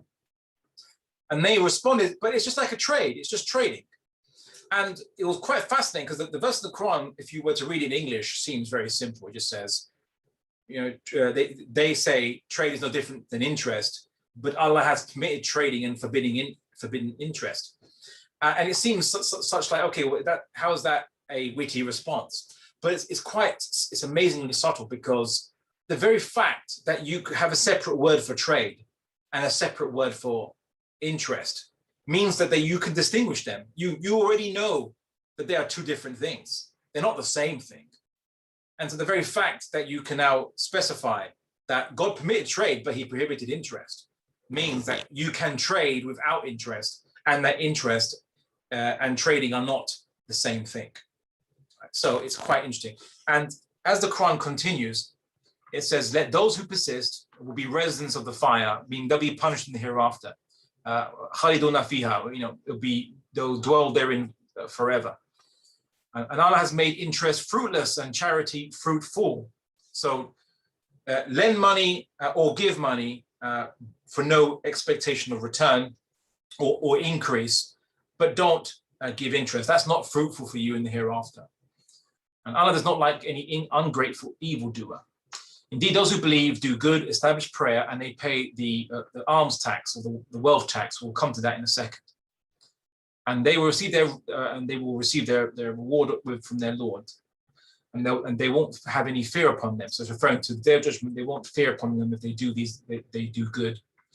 O believers, fear God and give up outstanding interest if you are believers. So if you are owed interest by people, give it up. Right? Don't expect them to pay you interest for the loan that you lent. But now pay attention. And this is quite interesting because the Quran, the Quran has prohibited many things, but this is now it's such a grave warning that we don't see often in the Quran, that it makes you wonder, like, what is the true nature of injustice that interest represents, that merits such a warning. And if you do not, then beware of a war with Allah and His Messenger. And if you repent, you may retain your principal. So retain the amount that you lent. So if you lent some money to someone, then you can ask them back just for the money that you gave them. Right? You don't have to give up the money that you lent that one. They can only ask for it back, only the principal. Neither inflicting nor suffering harm. So the kind of description of interest as an infliction of harm upon people. It's really amazing. The Quran says this. So it's amazing. It really shows you that we, as Muslims, view interest as actually being harmful and an injustice, an exploitation of the poor, an injustice in of itself, not just an irrationality, not just something that's not economics, because it's not involving distribution, but in of itself, it is a harm. And then it says, concerning a general ruling for lending, if it is difficult for someone to repay a debt, postpone it until a time of ease. And if you waive it as an act of charity, it will be better for you if only you knew. So the Quran is encouraging the believer, the Muslim, that if someone owes you money and they can't pay it back, it's difficult. Wait for a time of ease, wait for a time of plenty, basically. And if you waive the debt, it's better for you. You the rich person, or you the person who's lending the money, it's better for you actually in the eyes of God. That if only you knew, you know the hereafter ramifications of it. Some non-Muslim ones asked me after a lecture on economics whether Islam is required to implement its economic system. Why can't non-Muslims just implement its economic system by themselves? So, well, the problem is you need to have the quote-unquote spiritual component. You need to have the spiritual motivation required. It's part and parcel of the Islamic economic system, much like morality generally. You could say that it's underwritten by God, underwritten by the Creator. You're given promise of success by the Creator for following general morality and, of course, or general ethics. So let alone the economic system, which obviously is based on a worldview, based on values and based on ethics, which obviously are in essence beyond just the world itself, but are involve ends and intents and purposes which are outside the world, not just involving the world itself. So the Islamic economic system wouldn't work in a materialist culture. People just wouldn't see the benefit in giving up a loan that you've lent to somebody. Why? You just lost money that you could use to enjoy your life with. And so you cannot ask the other person to pay back the debt. Someone's asking me, well, you can ask people to pay back the debt. You obviously are, but it's better for you with your hereafter if you forgive the debts that people have from you. That would be the better way. You get rewarded from God, and we get hope for His forgiveness and mercy, Him forgiving our debts that we owe Him. If you want to be forgiven, forgive others. Now, What kind of problems do you see with regards to interest banking in another sense? What other ramifications beyond merely the harm it inflicts upon an individual and the exploitation of people in dire circumstances to surrender or enslave the fruits of their labors, their future fruits and labors to yourself? What other ramifications occur? Quite a few, but I don't want to go too much into the capitalist economic system, but I want to kind of point out one significant one. So you have Mr. Rich Person there. So rich person, man or woman, all right? A feminist would argue that justice is women getting 50% of the pie. But if the pie itself is corrupt, then feminism is really asking women that justice is women getting 50% stake in an unjust system. So 50% of oppressors must be women. That's justice, according to liberal feminism anyway. I know that Marxist feminists would say, no, but we are against the capitalist system as well. Anyway, someone said, what did he say? Halal pork. Oh, who's talking about? I wouldn't put my hand on. I'm not sure what. Okay, someone talking about mortgages and describing it as so-called Islamic mortgages, halal pork. Let's say off the Q&A. So, simple question to everyone. You have the richest 5%, the bankers, the rich Rothschilds and Bilderbergers from the 19th century that everyone obviously knows about, of course. But we just call the finance sector today. So they lend you, Mr. or Mrs. or Miss Joe Public or Joanne Public, £100 sterling or $100 Canadian or $100 US. And you have to pay back the same amount of money, plus a bit of extra, which usually is quite a significant cut, but a bit extra, even if it was just 2%. Where is the net flow of money going? The net flow, where is it going? No prizes for this, no sweatshirts for this. It's quite obvious in this case. The net flow of money is going up. And that essentially is what's happening. Now imagine just so much worse it is with printing out money or quantitative easing and giving it to banks so they have more money you're basically giving banks lots more money they didn't earn to lend it to you to get that more money back. And of course, there's also fractional reserve banking, how it's a bit of a cheat. I don't know why this is not called fraud. I don't know why this is not defined as a fraud, but apparently it's allowable in the West. The bank can lend out between 12 to 13 times more money than it actually possesses in the bank, as long as not everyone doesn't take their money out at the same time. If it does, it basically causes an economic collapse because there isn't enough money in the economic system to basically pay back all the loans. And of course, much of these loans don't even exist as money. The bank just, like, let's say there's a bank, the bank owns £100. Let's say the bank only has £100 in its accounts. It's not doing very well, it just has £100. So someone comes to it and says, can I borrow £100? So the bank says, okay, fine, I'll lend you £100. Now, this £100 is just someone's current account, someone's savings, or just usually your liquid accounts, your normal accounts that you use. So you lend out £100. So the bank should have zero. Well, that never stops a good bank in capitalism anyway. If someone else comes and asks the bank for money, the bank just says, yeah, of course, I'll lend you 100 here. Here's 100 quid. Now, it doesn't give you paper money. It just gives it numbers into your electronic account. And as long as it writes down on its ledger a minus 100 number, it's all fair and it's all valid in the Western economic system. And it does it multiple times up to 12 to 13 times usually calculated because it makes a probability assumption as to it calculates that roughly only one out of every 12 parts of money is ever actively withdrawn and used at any one time. So you have all this other money that's just sitting there,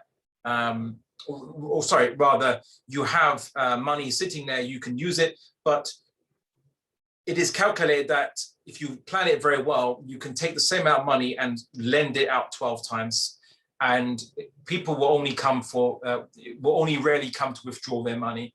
But by that time, you have enough money to cater for all the smaller withdrawals that are basically taken out by the people. And if that doesn't work, and it doesn't, the banks all kind of formed a bit of a cartel, good word to describe it, using a bank for banks, a general bank, a central bank, because they worked out that if someone works out that their paper money or their bill of loan or whatever is worthless, there's no money in the bank that represents that money, there will be a run on the bank, right? Everyone will run and withdraw their money from their account because they'll start panicking. Like, I have to get money from my account before it's all gone. Before it's all it's all exposed to be nothing there. And so what they'll do is they run on one bank usually creates a public panic that people start doing a run on other banks. And so all the banks, let's just say you got together, but really it's just a central bank, and the central bank shores up the individual banks to make sure that there's no panic system happening. But if everyone withdrew their money at the same time, the system would collapse because most of the money isn't there. Because that money that basically is being withdrawn, like I withdraw the money as a loan, I'm like the fifth person withdrawing, money doesn't exist, and I use it to pay someone's wages.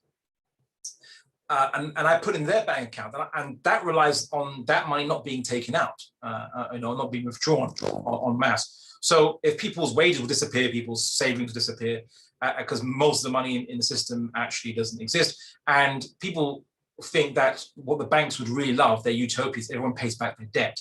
They don't, because there's not enough money in the system to pay back the debt. Because that means that everyone has withdrawn their money to pay the bank back. And they don't want everyone to withdraw their money. As well as the fact that interest means that they're quite literally, even if there wasn't fractional reserve banking, interest means there isn't enough money at all to pay off the debt.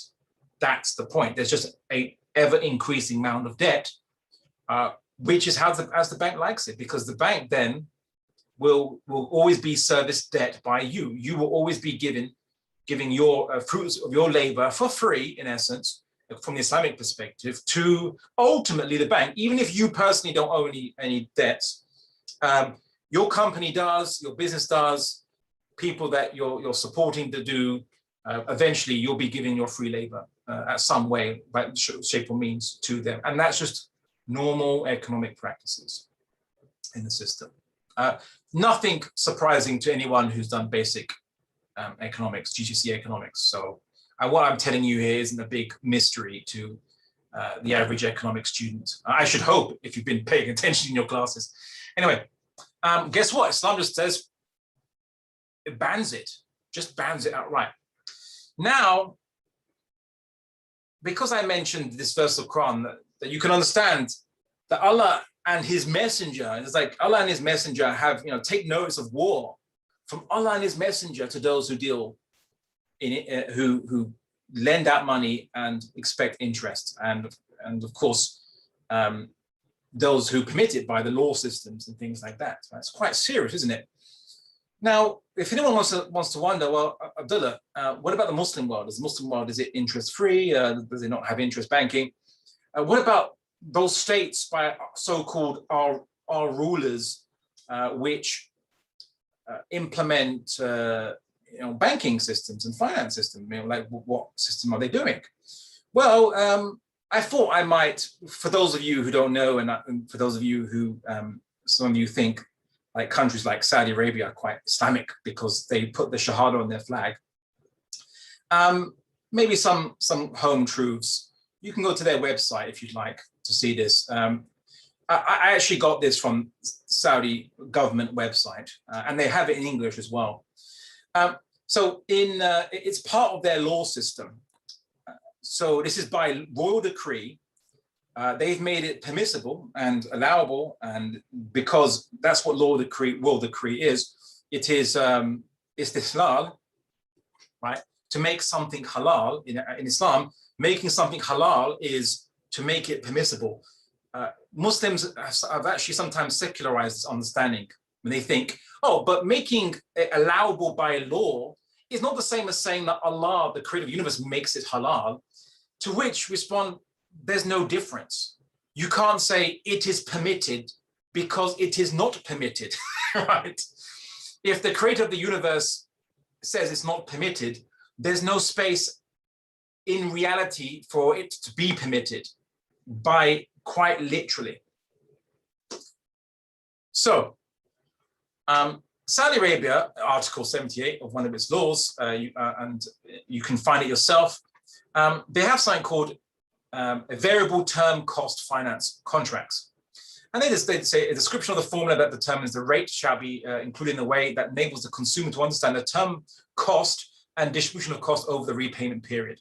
So you can do a loan, so a financial contract, and you have to specify the type of finance, what it is, the term of the contract, standard stuff, conditions of withdrawing it, but also the variable term cost, the cost, the rate of the cost of that you have to pay back the one who lends you over the term, and that occurs over a rate. And they even call it that you have to specify the annual percentage rate, APR. Does that acronym sound familiar to you guys? APR, right? Sound familiar to you guys? Term cost. So in Saudi, what they do is they don't call it riba, right? They just call it term cost. Oh, well, it's not riba because we call it term cost, and that magically makes it into something that's not against Islam. It's like me saying, no, that's not a chair, that's a donkey because it has 4 legs. And even then, actually, it's not even similar because it is in essence, this is riba. It's by definition, it is riba. So you can't really. There's an American expression I believe is called "you can't put lipstick on a pig," and call it a woman or something like that, right? Like it's a pig, right? It's not a human being, right? Yeah. So just putting lipstick on it doesn't make it into a woman just because it has lipstick, right? It's a pig. So that is what Saudi does. Of course, again, costs. So total financial cost is the costs to be paid by the borrower under the financial contract, other than the finance amount.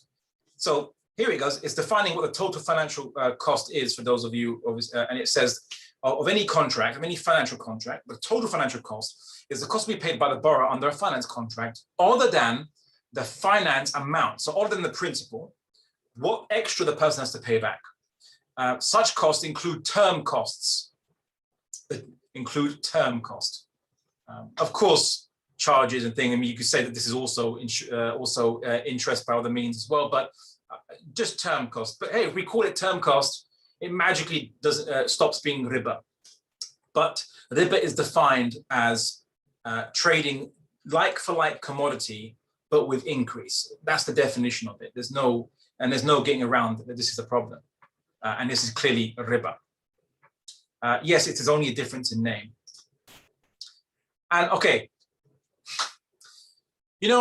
someone was tasked, some Saudi lawmaker most likely was tasked to write out a law, and they're told to write out a law and about a financial law. And if you're going to do a financial law and you're Saudi Arabia and you want to pretend to be Islamic when clearly the laws are not Islamic, they're actually anti-Islamic or non-Islamic. On a serious matter of all kinds, of all the possibilities that it was in a serious matter.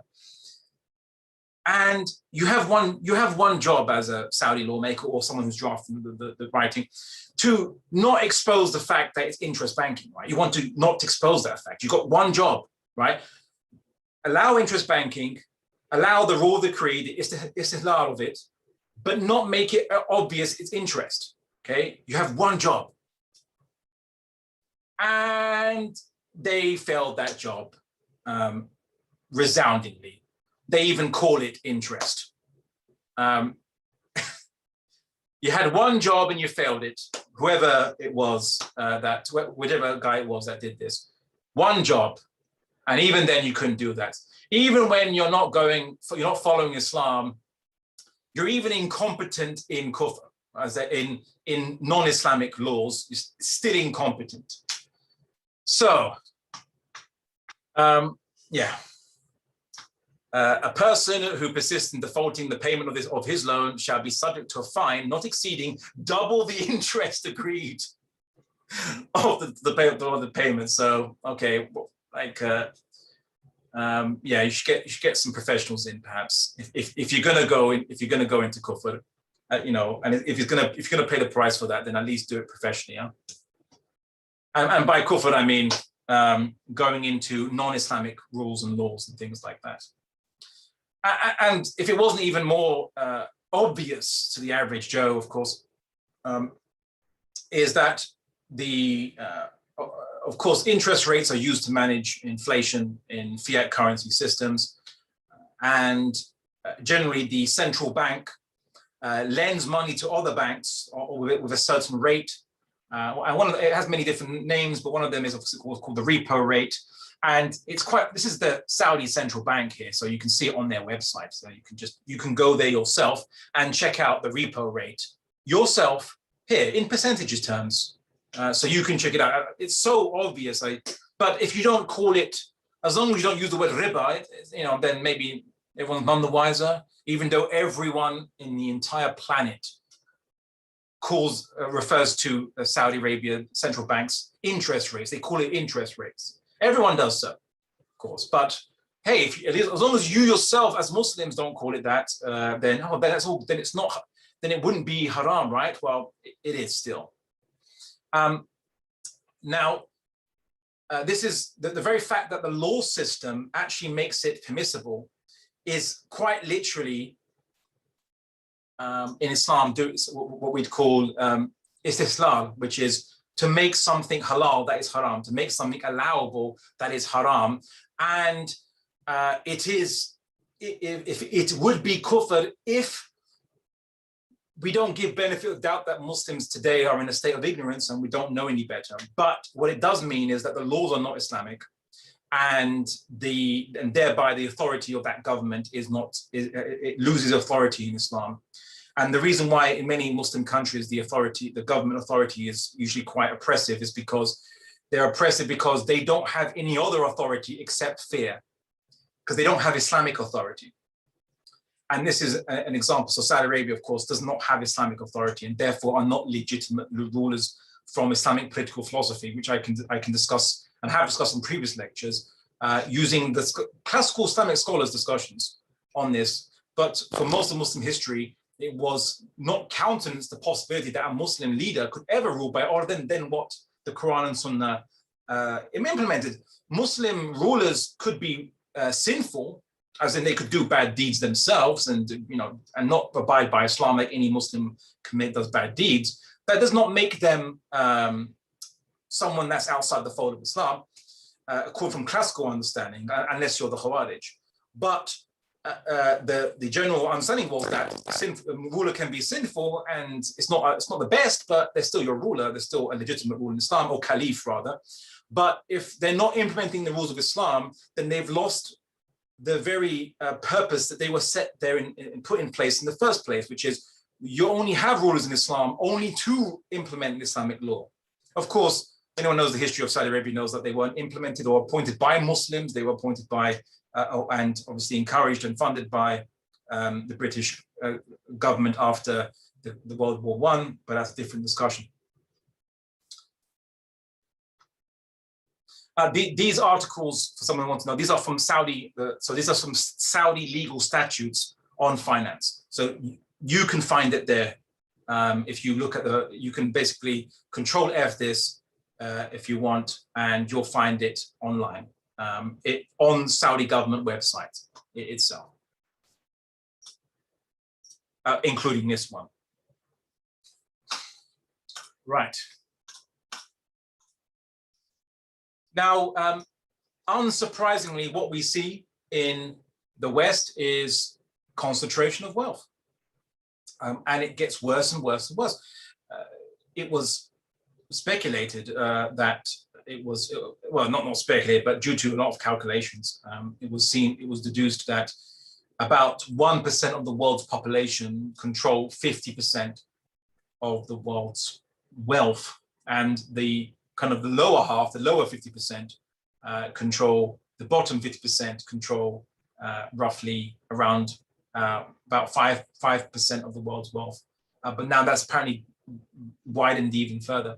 But what we see in many Western countries is this just an increase of wealth getting more and more, and the people's kind of in real terms, so this is inflation adjusted, by the way, in real terms, their wealth doesn't actually change, the bottom 50%, but the top kind of 1%, they basically just increase. Now, look, wealth inequality is always going to happen, right? We're not Marxists or socialists. That's not a problem. Islam doesn't see that as a problem. But what it is a problem is if that there is so much wealth inequality that there is not enough for those bottom 50% to meet their basic needs, which also includes medical care as well, based on all the narrations of the Prophet Muhammad and the practices of the caliphates after him, of his Sahaba, his companions, then it is a problem, right? And that it has to be dealt with by redress. So Islam has a wealth redistribution system, a wealth tax, not an income tax. There's actually no permanent income tax in Islam. Income tax actually doesn't exist in Islam. There is only there's a tax on agriculture, so 5% of irrigated land or non-irrigated land, 10% of the agricultural produce, but there is no income tax per se. Now, some scholars have discussed, some Islamic scholars have discussed that income tax might need to be, taxes can be imposed on a temporary basis. If the central bank of the state is unable to meet the needs of the people, then it will impose one-off taxes or taxes for a duration of a period. But in Islam, there actually is no income tax, and there is no regular tax beyond the sources of revenue that the state has. So there's actually no tax in Islam. And there's narrations that talk about cursing of tax collectors. But some scholars have said, unless there is need for it, extreme circumstances, war, famine, what have you. Now, in Islam, this is called zakat, the wealth tax. Sometimes translated as alms or as charity. The word charity, but zakat is a type of wealth tax because it is charged on wealth, not on income. It's not on when you get the money, but what money you have saved. And only have to reach a certain amount, the nisab, the minimum amount, 200 silver dirhams or an amount of dinars. But it's not basically one which is charged on people just on income. It's only on people who have enough wealth. They've saved enough wealth, including their jewelry and things like that. If they have enough wealth, then 2.5% will be taken from that. It's actually a small slice of it, yearly. The Quran stipulates the alms are only for the poor, the needy, and those who collect them, and those whose hearts are to be reconciled and to free slaves, so to get people out of slavery, and the debtors, so those people who are in debt, and for the way of Allah, which in the Islamic system in the past, the state has spent that on fighting. Like if there's an enemy attacking the Muslims, then you have to, that money can be spent on, defending your borders and from people who are attacking, Muslims. So you can use that as zakat or for military purposes. And the caliphate state, the system, which is actually the only system that's only that is authorized to collect the zakat and distribute it in according to Islamic the Islamic schools of thought. It's the one that collects it and distributes it to these measures. And for the wayfarers, so those who are their travelers and they've run out of money, which happened at the time, and they don't have any way to get back, they can be given money to get back to those to get back to obviously where their homes and their families. So what we see is that these 8 categories, so the poor, the needy, so are these, is these synonyms? Well, no. Those who are living in absolute poverty, so basically those who have just nothing to their name. Then there are those who have some kind of wealth, but they can't meet their basic needs, so they are the needy. Then the zakat collectors themselves, because those who are going out to collect it are not an exorbitant salary, but just if it's going to be their job, then obviously they have to be compensated to have money so they can provide for their own families. It'd be pointless to expect people to be collectors and they can't provide for themselves because they're spending their day and night just doing this job. People who are non-Muslims to aid reconciliation with Muslims. So when it's talking about those who have to be reconciled, there were those who had newly converted into Islam, and they didn't have much, or they were still trying to find their feet. And so this money can be spent, in essence, to reconcile them with basically Muslims, the new Muslims, with Muslims who were already Muslims. So these people, they're new into Islam, they might not have much, or they may have given up stuff, or there might be problems like disputes as well. So whatever aids reconciliation, the money can be spent for that reconciliation. And I refer you to the fiqh books, the books of jurisprudence by various scholars on that, but this is just a very general summary.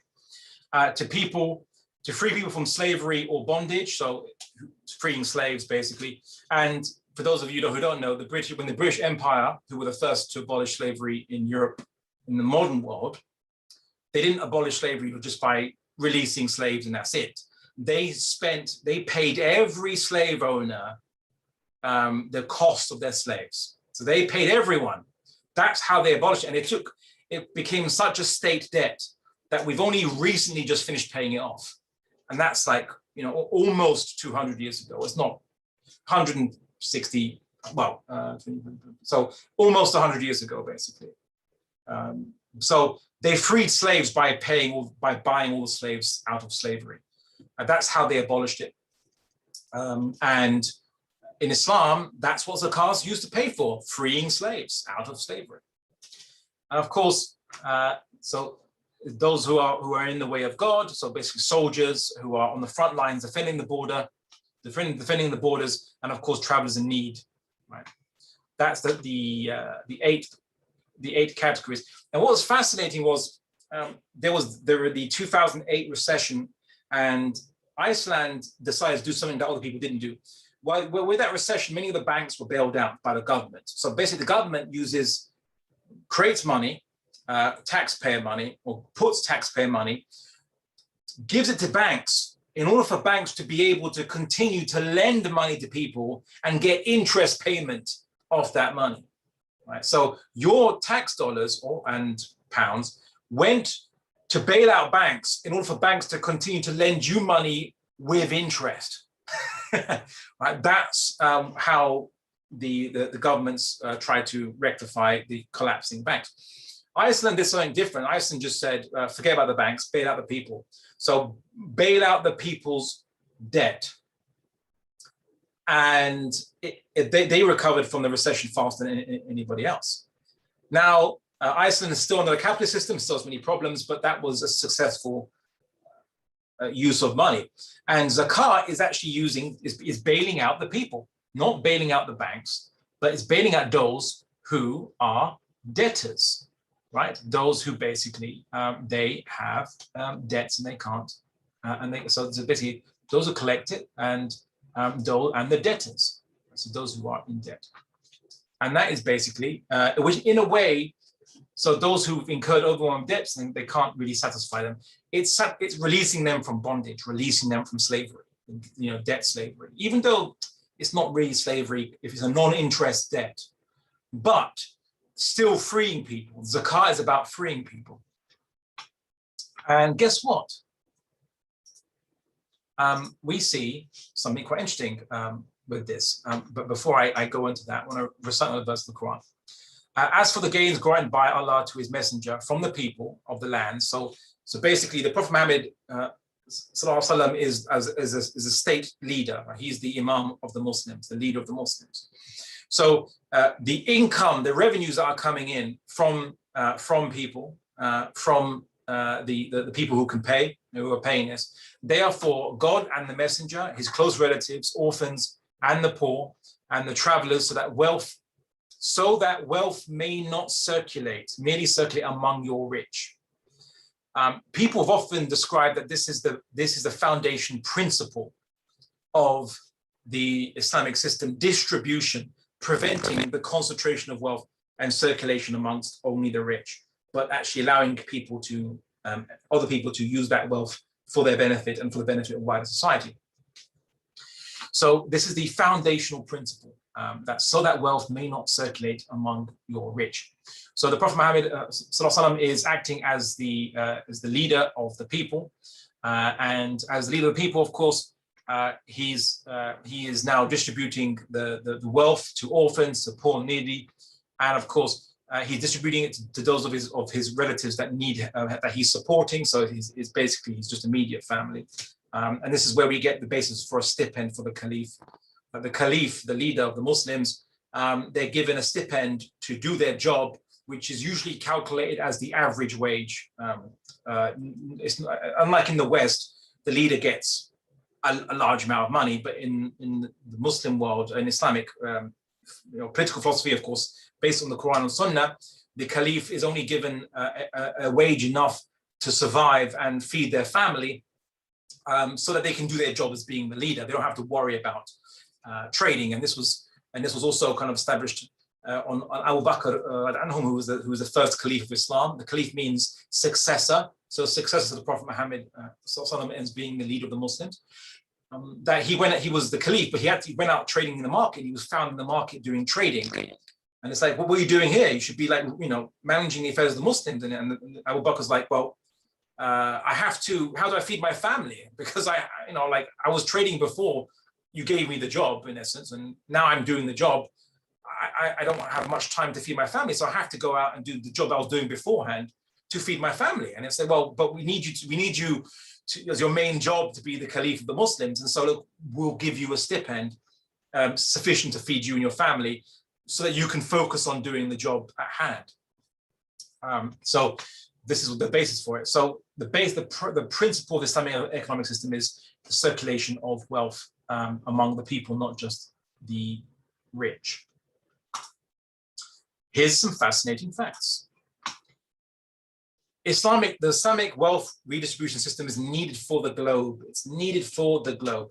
A 2020 recent government-backed study, a German government-backed study to be more precise, it showed that to end world hunger, it would require the investing of $330 billion US, or 253 billion pounds, over the next 10 years. That's if you wanted to end all world hunger, if you really wanted to achieve this goal, hasn't been achieved yet, it would require that amount of money to do so. Now, if you take, there is over 2,200 dollar billionaires in the world, so billionaires in the US dollar denomination. 2,200, according to the US dollar denomination, sorry. So by the measure of the US dollar, there's 2,200 billionaires. If you did a yearly wealth tax of only 1%, just 1%, only on billionaires, a billionaire tax, just 1%, it would raise close to 100 billion US dollars every year. You could end world hunger in 3 years and a third. And that's just on 1%, by the way. And in case you think, oh, but that's going to be sapping so much wealth from these billionaires, the average growth rate of wealth from billionaires is 10% a year. Although 2 years ago, well, 3 years ago now, it was 18%, right?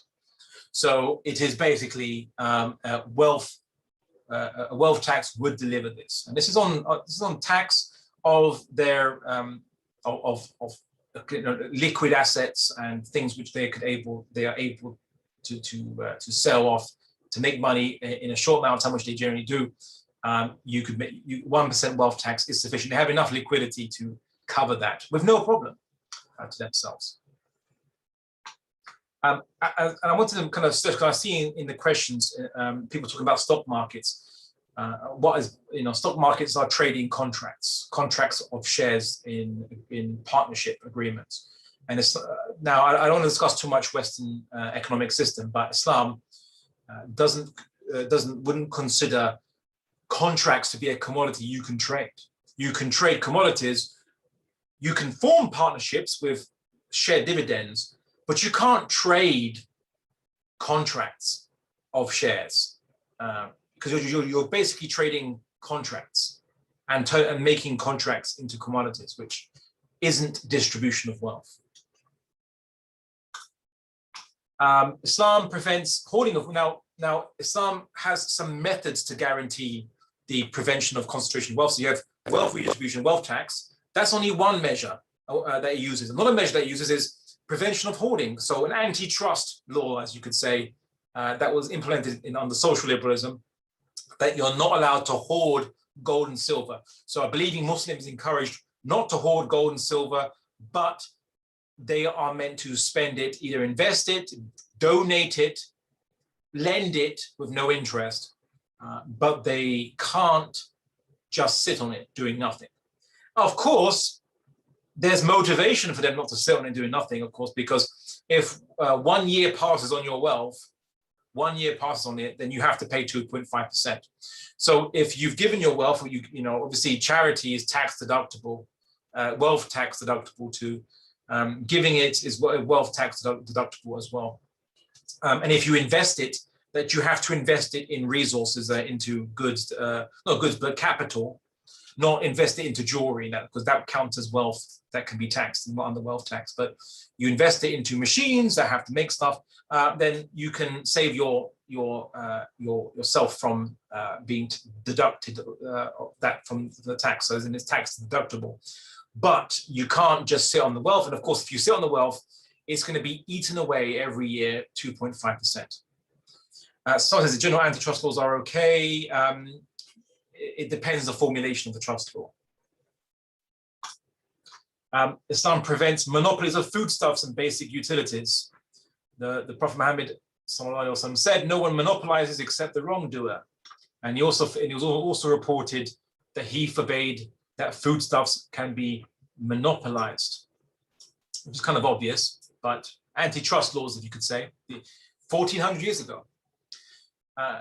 We also see that public resources, so resources from nature that have public benefit of such quantity and scale that of public benefit, can't be privately owned or even state owned, but become the property of everybody. So we see that at the time of the Prophet Muhammad, someone asked Abiyad asked the Prophet Muhammad to be given an area of land.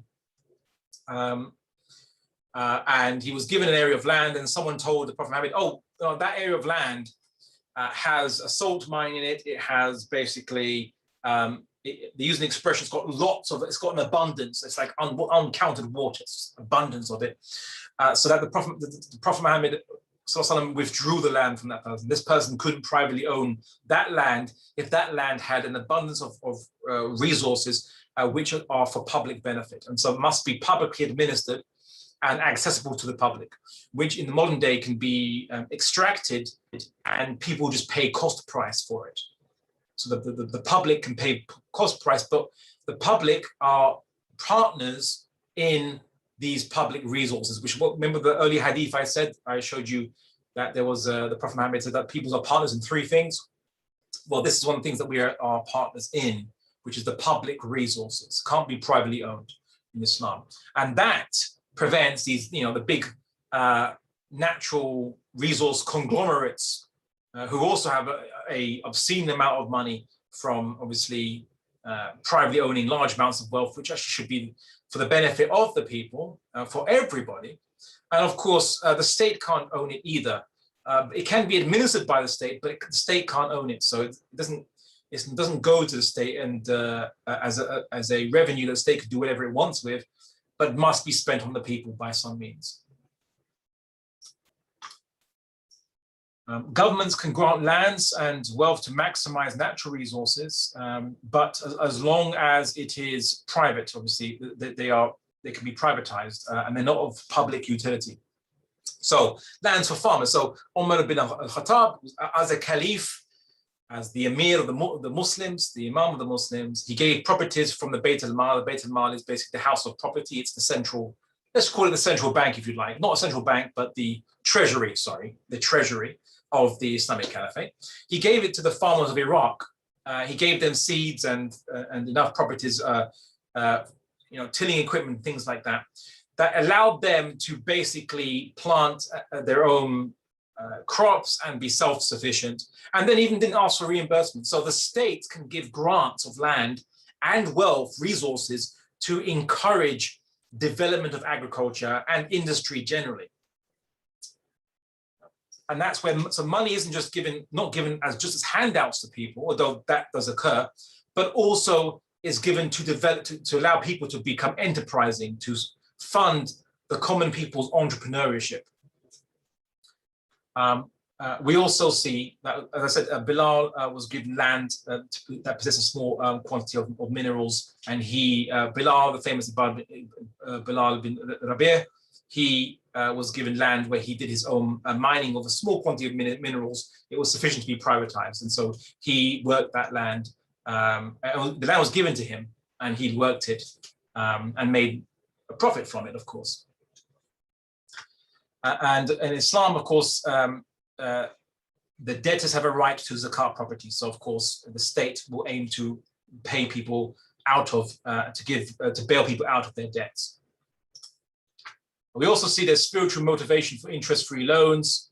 You see the Prophet Muhammad sallallahu alaihi wasallam say, no Muslim would give a non-Muslim a loan twice, except that one would be written for him as charity. So we see that as Muslims, we give giving charity. If you give a loan twice to the same person, it gets counted in the eyes of God as if you had given that person that money, just given it to them with no return expected. It counts the same. That encourages frequent loans for those of people who are, of course, who care about the hereafter, which obviously have to be believers, and or anyone who believes in the hereafter, of course, takes Islam as an authority. Waqf or trusts. So there was a palm orchard around the city of Khaybar, and the Prophet said to the Muslims, give it in charity as an endowment with its land and trees, on the condition that the land and trees will neither be sold nor given as a present nor bequeathed, but the fruits are to be spent in charity. So this is where, and this is actually where a lot of Muslim institutions were actually developed. Universities, hospitals called Bimaristan, the house of illness or sickness, where it was treated, where rich people would literally buy or donate to the public these trusts that go to the public, and they're administered on behalf of the public, and they give free services or free produce to the public. It's called a sadaqah jariyah in Arabic, or a ongoing charity, because the rich person invests an amount of wealth, and this institution becomes self-perpetuating. It might make a little bit of money to keep itself has employees and farmers, whatever the case might be, but the rich person makes no money from it. It's a non-for-profit organization, and it provides its services for free. Once bequeathed to the public, not bequeathed to inheritors, but to the public, it can't be given back again. It becomes public property forever. And most universities and hospitals in the medieval Islamic world were created by awqaf, or waqfs from patrons. We also see there's spiritual motivation for consumer spending. Let him who has abundance spend of his abundance, and him whose provision is measured, let him spend of that which Allah has given him. So feel free to spend. Spend in for what is good, spend out of your abundance for what God has given you. And we see the Prophet Muhammad also say, if Allah gave you property, let him see the signs of his bounties and dignities upon you. So as Muslims, you don't have to wear rags. You can improve the item of clothing you wear if you're given more bounty by the Creator, as long as you're not greedy. And we see the Prophet Muhammad encouraged exchanging of gifts amongst people to encourage love between each other. So money is useful to give to people, to help people, and you can also live a bit more comfortably yourself. It's not a problem. It's not abhorred in Islam. And of course, you should also share excess production.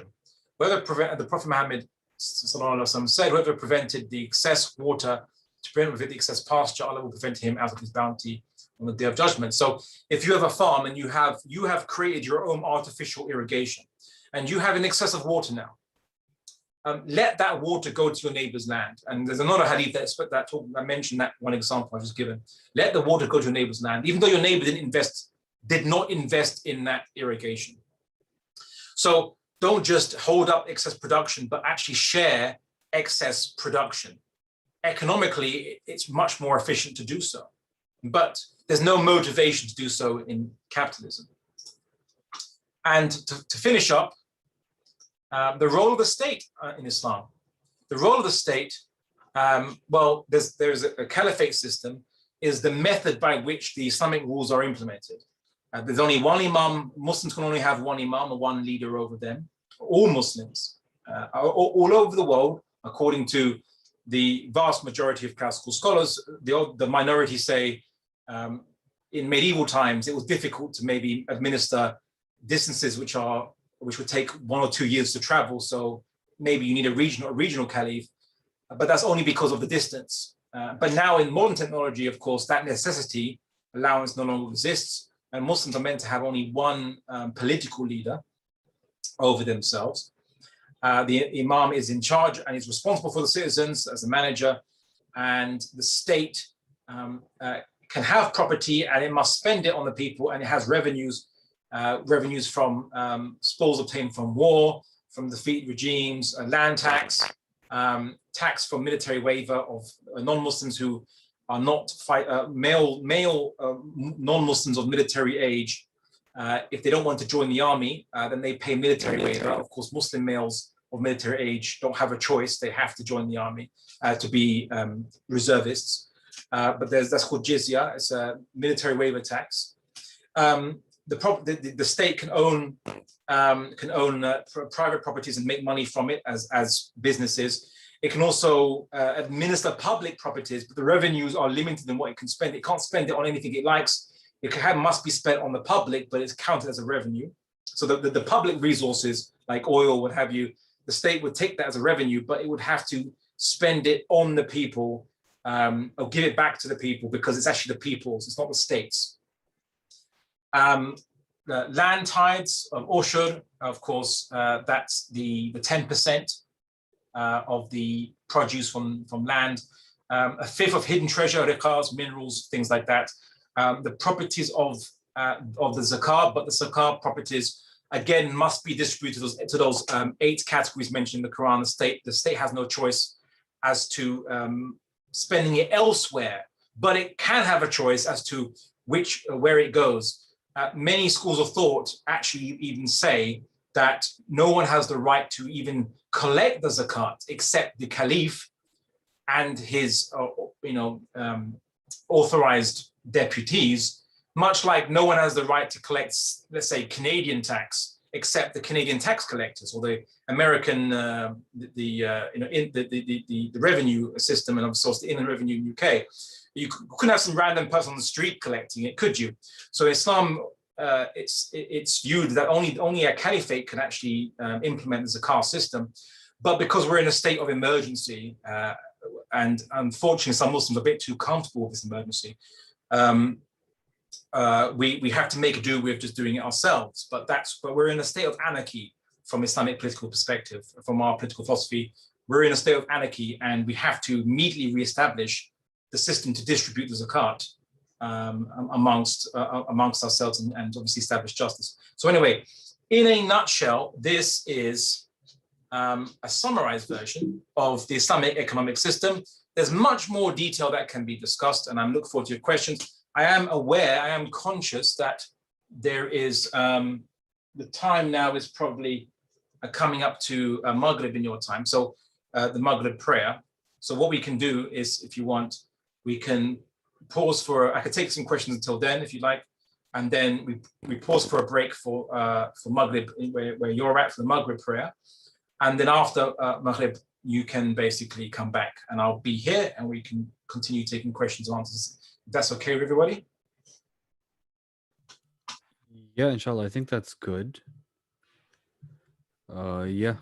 So should I just give you a few questions now? Sure. Okay. So really, there's quite a few, but one of them was specifically about your opinion on Bitcoin. So, first and foremost, as I always say, I am not a jurisprudent, as in a scholar or as someone who is qualified to give fatwa, as in legal rulings, or in the West they'd call it ethical opinions, or ethical rulings, on matters which are, in essence, will require investigation. So I can't give you a fatwa on the matter.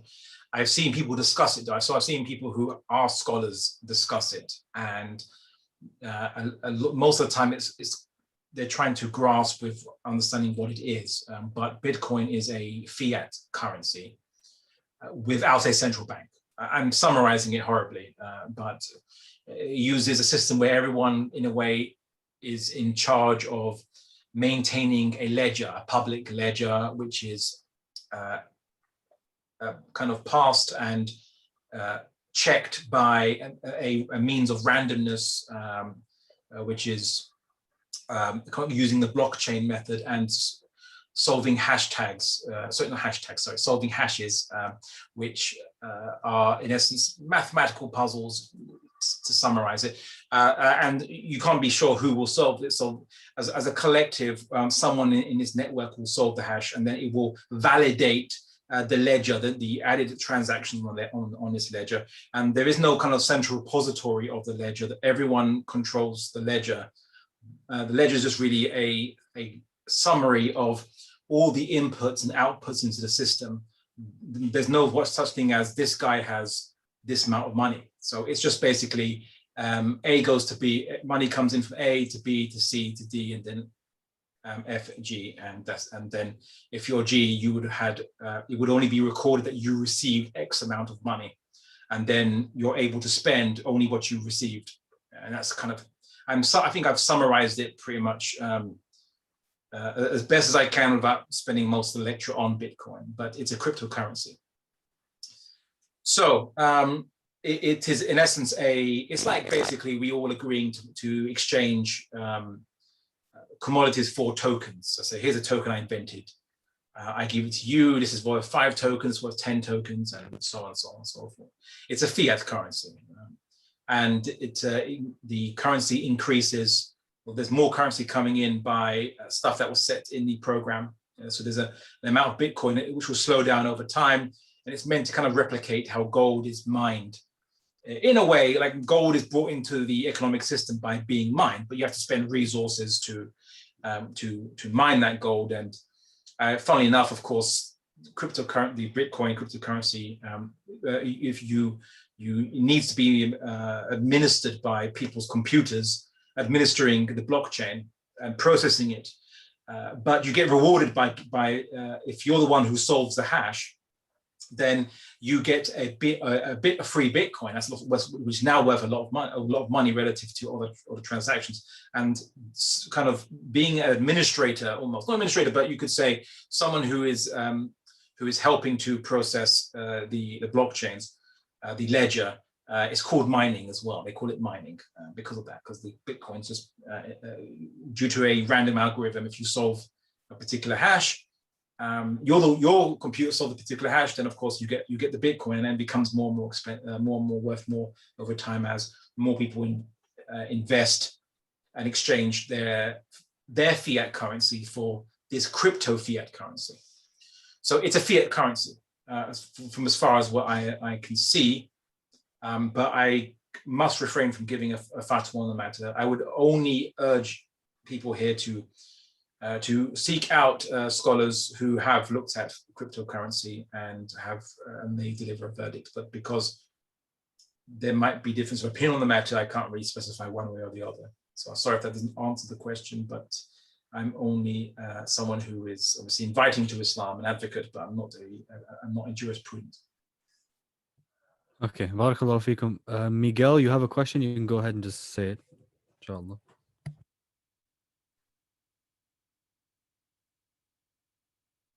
You should be able to unmute. Miguel, you there?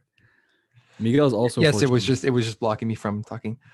First off, assalamu alaikum. Wa alaikum salam. Miguel, como estás? Tudo bien? Muito bem, senhor. Muito bem. Falar português? Eu falo português, só português. Bom, tu és não de espanhol? Tu fala Sou português. Sou português. Português. Oh, okay. Miguel. Miguel. Miguel is Spanish pronunciation. Miguel is Portuguese pronunciation. You're the first person to hit it 100%. So, my first question for you, and pretty much my only question, you might have mentioned it earlier, but I missed the first little bit. You were speaking about the Bank of Saudi and like them changing things to make it sound halal when it's really not, based on that kind of like system. Is there a banking system in this world that follows strictly the guidelines of the Sharia and understanding everything in Islamic law financially, that's publicly available to people? Maybe if it's not internationally available, but still available, are there any banks that you are aware of that kind of follow the system accurately, or it just doesn't exist? Okay, well, as to your first point, when you were kind of shocked I got your pronunciation name right on the first time, porque eu falo português, eu sou de Portugal também.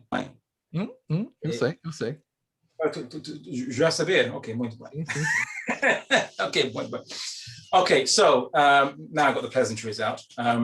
There is this, from my knowledge, there is no economic system currently that deals that is let's say, should we say, deals in Islamic banking or finance. They give names to that. They say that we do have Islamic banking or finance, but what they do is they find inventive ways to charge interest regardless.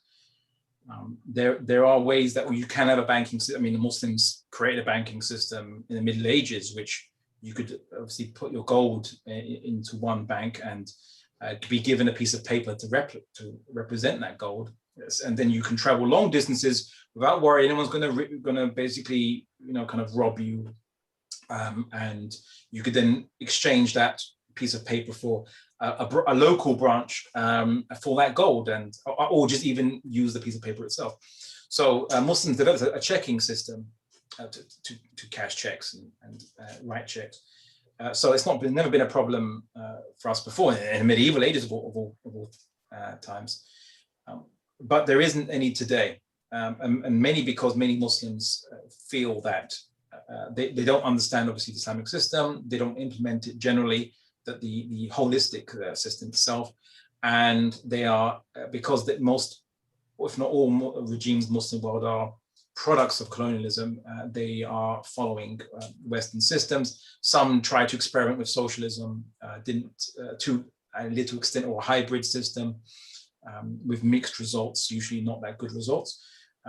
Even Iran as well. So I've criticized Saudi Arabia, I've criticized Iran. Likewise, the Islamic Republic of Iran has tried to implement a non-interest banking system. It didn't know how to implement it because it was still using fiat currency, which, as anyone knows in Islamic economics, the system is based on a bimetallic system. So it must be based on something which is a physical commodity, gold or silver, and in this case, both. And it didn't work so well. And of course, they basically allowed private banks to deal in interest. So they allow it now. So, and that was in the 80s, by the way. It's actually very early on into their so-called Islamic revolution. And they said, oh, it's an Islamic revolution, so it's ongoing. So we will eventually get to Islam at some point. So, many decades down the line, we're still waiting. And that's the issue. So there is no, to kind of summarize my response, there is no economic system currently in the Muslim world that implements an Islamic system. But there is the Islamic finance sector or global finance, which at least sometimes tries to implement something that is have a little less interest or hidden interest, has been relatively quite successful in comparison to the Western financial alternatives. Whether that's because Muslims just think that it has no interest in it, but for example, investing money into a bank so the bank can invest your money on your behalf and you get a share of that income, but you also share the liability with the bank. So the bank makes a loss, you make a loss. So that particular finance does exist, and that has been quite successful, and that would be Islamically compliant according to many scholars. However, it also exists so-called Islamic finance, which is a bit of a workaround. One such example is Islamic mortgages, which someone was comparing to halal pork in the comment section. Which thanks to that, guys. Now people watching this lecture, during the lecture, they'll just see me muttering randomly, halal pork. They're like, what caused that phrase to come out? Someone says pork is not as bad as riba. I mean, according to the Quran, it seems like that's the case, because you don't see a verse in the Quran saying that there is Allah and His Messenger are at war with those who eat pork. But riba, it's mentioned, as you read. So going back to the point, Islamic mortgages, what the bank tries to do is they try to be, again, a bit clever. Someone's saying halal pork, what? Someone compared pork earlier on, compared current day so-called Islamic mortgages to, in essence, an oxymoron, hence halal pork, an oxymoron. So Islamic mortgages, basically what these banks do is they say, you want this house? Okay, great. We'll buy the house on your behalf, and we will sell it back to you at this marked up price, quite significantly marked up price. And as you begin to pay off, you kind of are shareholders. Your share in the house increases over time. Sometimes they might say that you're renting the house from us as well. So we will rent you the house, and as you pay off that rent with a bit extra, your share in the house increases. And what they do is they calculate it to such that the end result would have been they would have made as much money as a interest-based bank in the West would from interest-based mortgage. So they think, okay, well, we found a workaround, so that works. Well, it doesn't work because if for some reason that you default, so you do this, they buy the house for you, and then now it's the bank which you're dealing with. Now they're the one that are basically selling you the house. If you default in your payments, if you don't keep regular payments with the bank, these banks can keep your money just like Western banks can, and they can take repossess the house and take it somewhere else. You lose your money, you lose the house. Whereas in Islam, you can't do that because that would be called an incomplete transaction. If you give the money for something, you must get something back. If you don't get that something back, it must be returned. Then your money must be returned back to you. Unless you're renting, then of course the rent obviously is rent, and you're just paying a type of rent. So that's the issue. Now, one of the issues with this is the reason that houses are so expensive and this is the big secret that people don't seem to, in this generation now, or these generations now, the reason why house prices are so expensive, I'm not just talking about they're in this inflating housing bubble. I'm talking about just generally houses are expensive for many, many decades. Why? Well, you know that something is expensive and is sold at a price because people expect, the sellers reasonably expect someone to buy it at that price. But you can only ever pay that price. People can only ever afford that price if there are banks willing to give exorbitant loans to people so that they can buy that price. They can meet that price and pay for that house.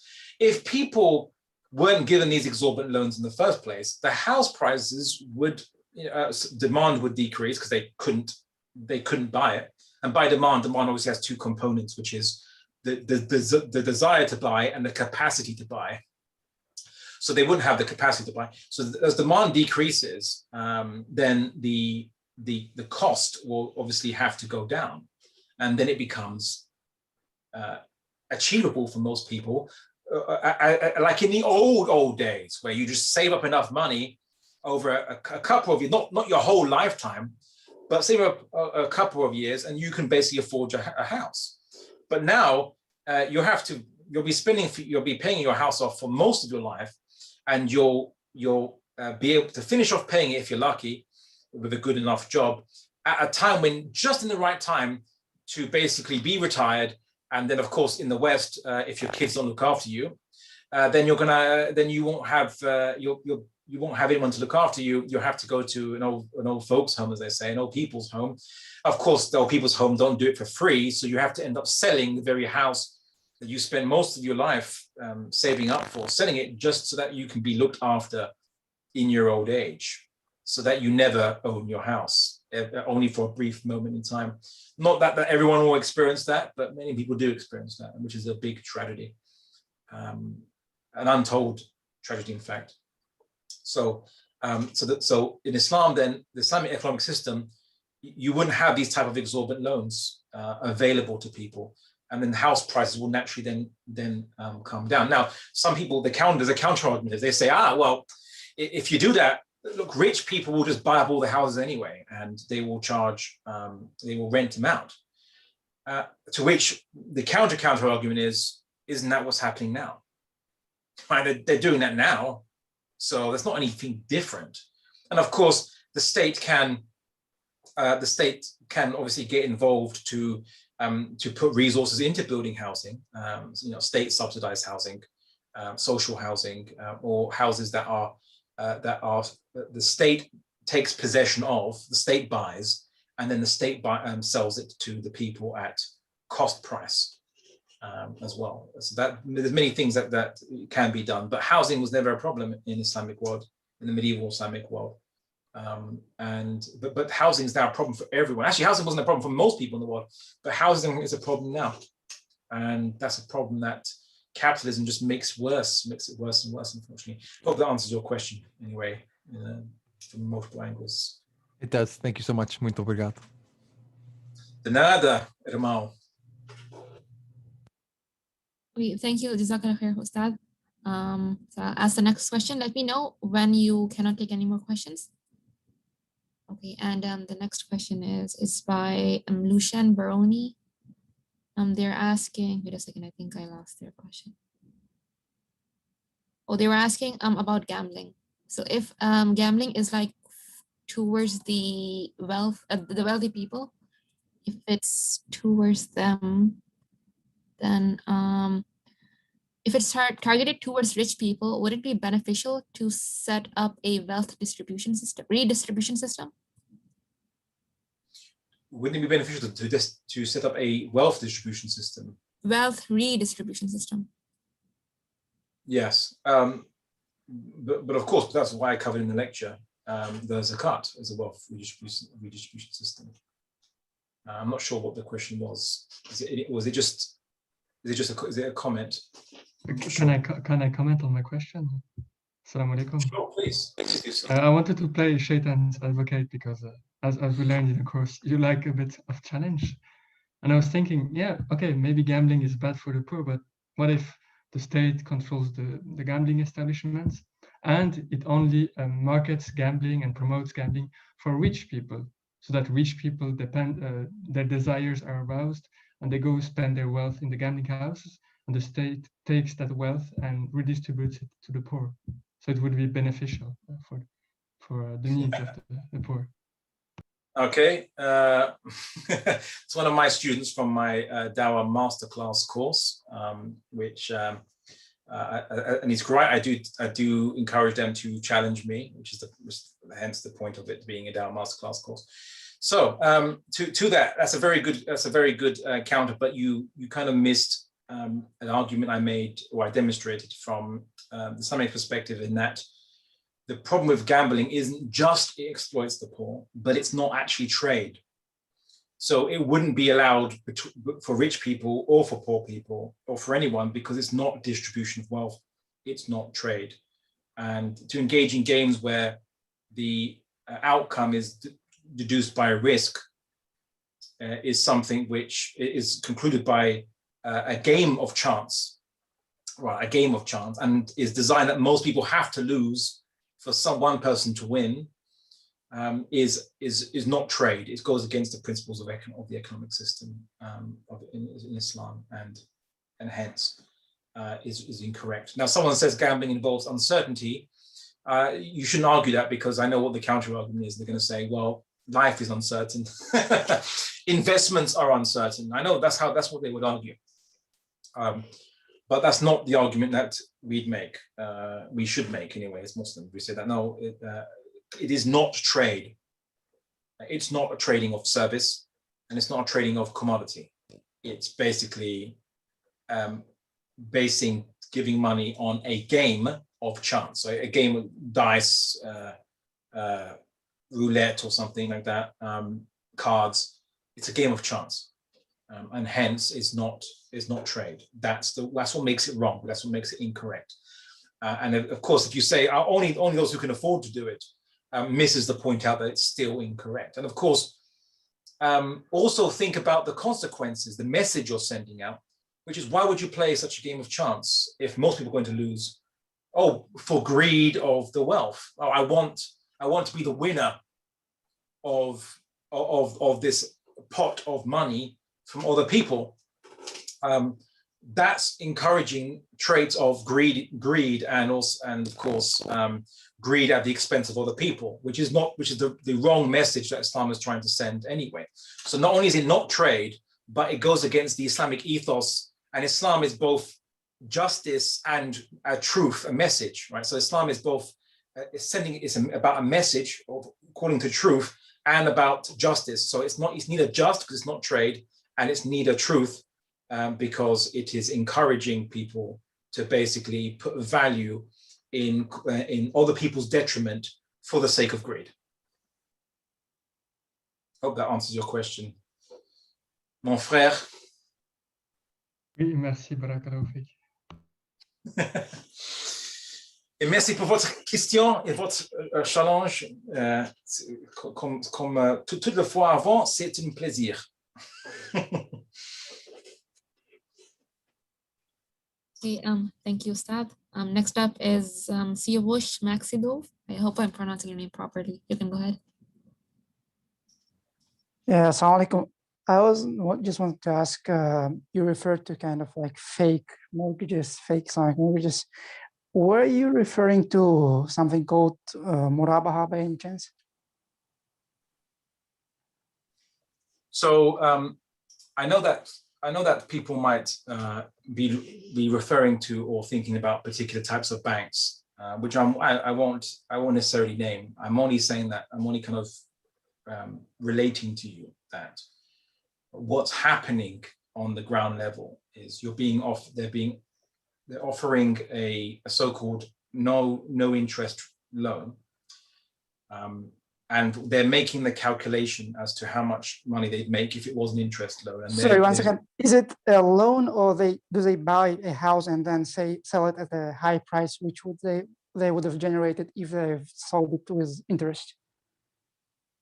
Yeah, so they buy the house, and they sell it back to you as first as a partial renter, and if you pay obviously an upfront amount, a deposit basically, then you own a tiny stake in that. You own a tiny stake in the house, as well as being a renter of the house, and then you pay rent every month, and a bit extra depending on the actual contract, and you slowly buy a bigger and bigger share of the house until you own the full house. And by the end of that, you would have paid the same amount of money as you would have under an interest-based mortgage. Now they argue that this is not. Yeah, continue. You finish, right? So eager. so now technically this isn't interest, but because if you default on paying that rent, they can default on paying the bit extra, what have you. They can repossess. Some of these contracts allow you to repossess the bank repossesses the full house. Is actually not Islamic for a different reason, which is it's an incomplete contract, as in you've paid some money as a share of that house, you now own a share of that house. And so if the bank sells it off, you have to get the profit share of how much you owned in that house, which is sometimes denied to people because that clause of repossession is similar to the clause of repossession in Western contracts, Western bank contracts. And that's not Islamic. And while technically this whole arrangement does not have interest-based loan in it, it's on a macro scale, it still perpetuates the inflation of the artificial inflation of house prices, which is really not what you want. It's not beneficial for the wider public, including the bottom 50%. But I think you had a further elaboration. No, I think I just wanted to make it clear that it's technically, at least, of course, we can argue about whether it's kind of pragmatic or not, or should we think about the larger implications. And when, let's say, for instance, with this scenario of the share of the house owned by the kind of customer, if it is returned, then technically no rules are violated. And some people call it a scheme, some people call it a necessity. So it's like, it's not like that black and white, let's just say. Okay, so basically, so basically the kind of murabaha financing that you referred to. One of the issues is that when if you're making an agreement with someone and you say, look, you buy this, and I will buy off you with extra money. What's really happening is it is in essence creating a de facto interest, actually, right? If you say, look, I want to come to an arrangement with you, I want to buy a house, what do you have to offer? And they say, well, I have a portfolio of houses, pick one and I will sell it to you. That's different. So now an Islamic financing system could do it where they buy a number of houses and they just become house sellers. They sell houses to people. But this idea of, I come to you, I want to get this product, but I don't have enough money to do it. So you buy it for me and I give you extra, right? That's de facto, almost creates a de facto riba, a de facto interest-based. That's the principle. But some contracts try to be even a bit more clever than that and say, oh, no, it's not interest, it's rent. You're gonna rent it from me. And whatever you pay extra will go towards the cost of the house and increasing the share of the house, its price. And even then, but now the thing is this, it could only potentially be escaping the accusation of riba, of interest, if it is in essence, the bank sells me the house at cost price. So whatever it cost the bank, they sell it to me at the same price, but I'm renting from the bank. So the bank just becomes my landlord.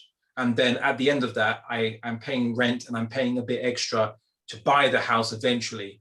And so that would be the only possible loophole. But I'm going to kind of like stop it there, because I would much, because short of giving any particular fatwa on any particular type of contract that you might be thinking about, in particular from a particular bank, and I would say that you must refer it to a jurisprudent. Right? I can only ever comment on, what the principle of riba is, and what the nature of these contracts are, and the gray area they walk into, and how these things didn't really exist so much in Islamic history.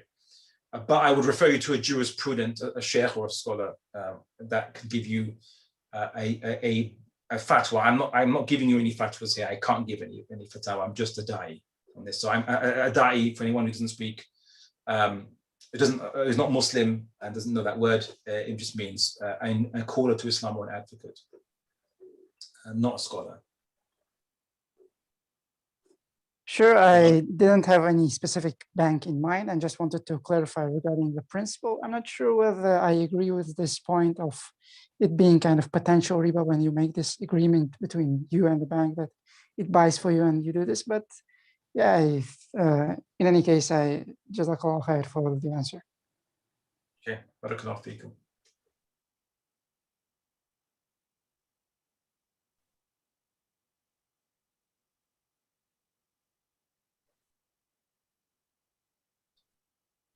Any questions, comment? I mean, I don't know who's moderating it. Oh, yes, we are here. Next question up is by Reza. And he has a question that says, Thomas Sowell would argue that people as individuals, they get in and out of income brackets. It's not a fixed position for most of the people. They move up and down these brackets. So statistic measuring and concluding that poor are getting poorer are blank measuring brackets and not the individuals moving along these different brackets. What would you say about this argument, Ustadh? Okay, an argument I've heard Ben Shapiro make as well, sounds quite coincidentally, but he's not the only one. He's not the only economist. And yeah, sure, but I've heard Ben Shapiro make the same argument. So it reminded me. So what I'll say is that you're kind of missing, I suppose, the point. It's confusing social mobility or economic mobility with the phenomena of injustice which is occurring. The injustice isn't inequality per se. I said that actually earlier on. Islam allows income inequality or inequality of wealth. That's not a problem. It's the kind of equality when it gets to the point that there are insufficient funds to provide adequate needs, the people's needs adequately, that it becomes a problem because there's clearly enough wealth. There's enough wealth for everyone's needs to be met. So if that wealth isn't going into meeting everyone's needs, there's a problem there. And if it gets to the point where there's a wealth equality of such nature that the governments of these Western countries say they don't have enough money, according to the rules of the system that they are playing, they don't have enough money to provide for these needs. But it's not like there's not enough money out there, which is not even doing anything, right? So then there's a problem. And that's the problem I bring attention to. So it's not the case that 50% of the world's population, everyone in that 50% will always stay stuck in that 50% bracket. And those in the 1% bracket will always stay stuck. That was not the issue that I drew attention to. The issue is that even if it's only at a temporary point in your life, even if you only experience it momentarily, if you live in a society whereby you have suffered major deprivation and there wasn't resources allocated to you when they did exist, that's injustice. That's all I need to point to. That's all I need to discuss. But most people who are, the majority of people who are under the 50% bracket, when the bottom 50% will stay there anyway. And many of those in the 1% will stay in the 1%, or they'll go to the 5%, the next bracket as they usually measure, whatever, and they go up and down. Yeah, no one disagrees. No one says it's impossible for a rich person to become completely poor and abject poverty, although because of their network and their connections, their friends can easily raise them back up to richness again, right? But that's not the issue. You think it's you're confusing my critique with the left-wing critique, which is socialist-minded, and they would have issues with inequality. For them, inequality is the injustice. For Islam, inequality is not by itself a problem if human needs are being met. If it's not being met, then, and there clearly is money in that society that can suffice those needs to the basic level, then that's the problem that Islam points to. And the level of wealth inequality is only an indicator that there's a problem, as in that there is resources that can deal with people's needs, but it's not being dealt with, and that's the problem in itself. Okay, barakallahu fikum. We have a question on stock trading. It seems like he's asking about its permissibility. So would you want to answer that? Okay, so as I said, okay, I can't give you a fatwa on these matters, a legal ruling. But what I can point to you is there are differences of opinion among scholars on the matter. One group of opinion states that you're trading contracts, you're not trading commodities, and so it's not trade and should not be countenanced. I mean, you're free to form partnerships in Islam, partnerships with people in various kinds. There's various types of company structure in Islam. But buying and selling contracts, which is what stock trading is, contracts that give you a type of share, like a musharaka, a type of partnership in a company, treating the contract as commodity, they would say that's not a valid Islamic contract. It's not a contract valid. It's not a valid one in Islam. And others say, of course, that it's not a problem. As to which opinion you should follow, I would advise you to research both opinions and see which one is stronger for you. Well, obviously for you, which one is just stronger. It's not like research which ones you would prefer. We don't care about what we prefer. We care about the truth.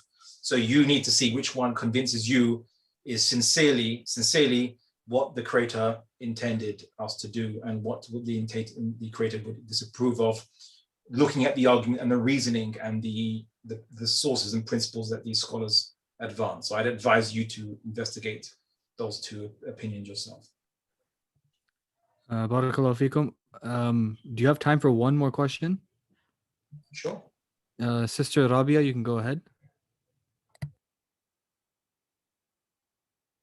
Assalamu alaikum wa rahmatullahi wa barakatuh. Wa alaikum salam. Ustadh, if you don't mind, can you comment on the concept of insurance, like life insurance and disability insurances, especially in a time and age where there could be, maybe single parents or just one breadwinner in the family. And from what I know, and I could be wrong, that when there was a Khilafah, there used to be a central bank which could help families out if they lose their breadwinners all of a sudden. But since that's not the case anymore, just needed to know about that. So, Assalamu alaikum. So thank you for the question. First and foremost, obviously not everyone lives in the same conditions across the globe.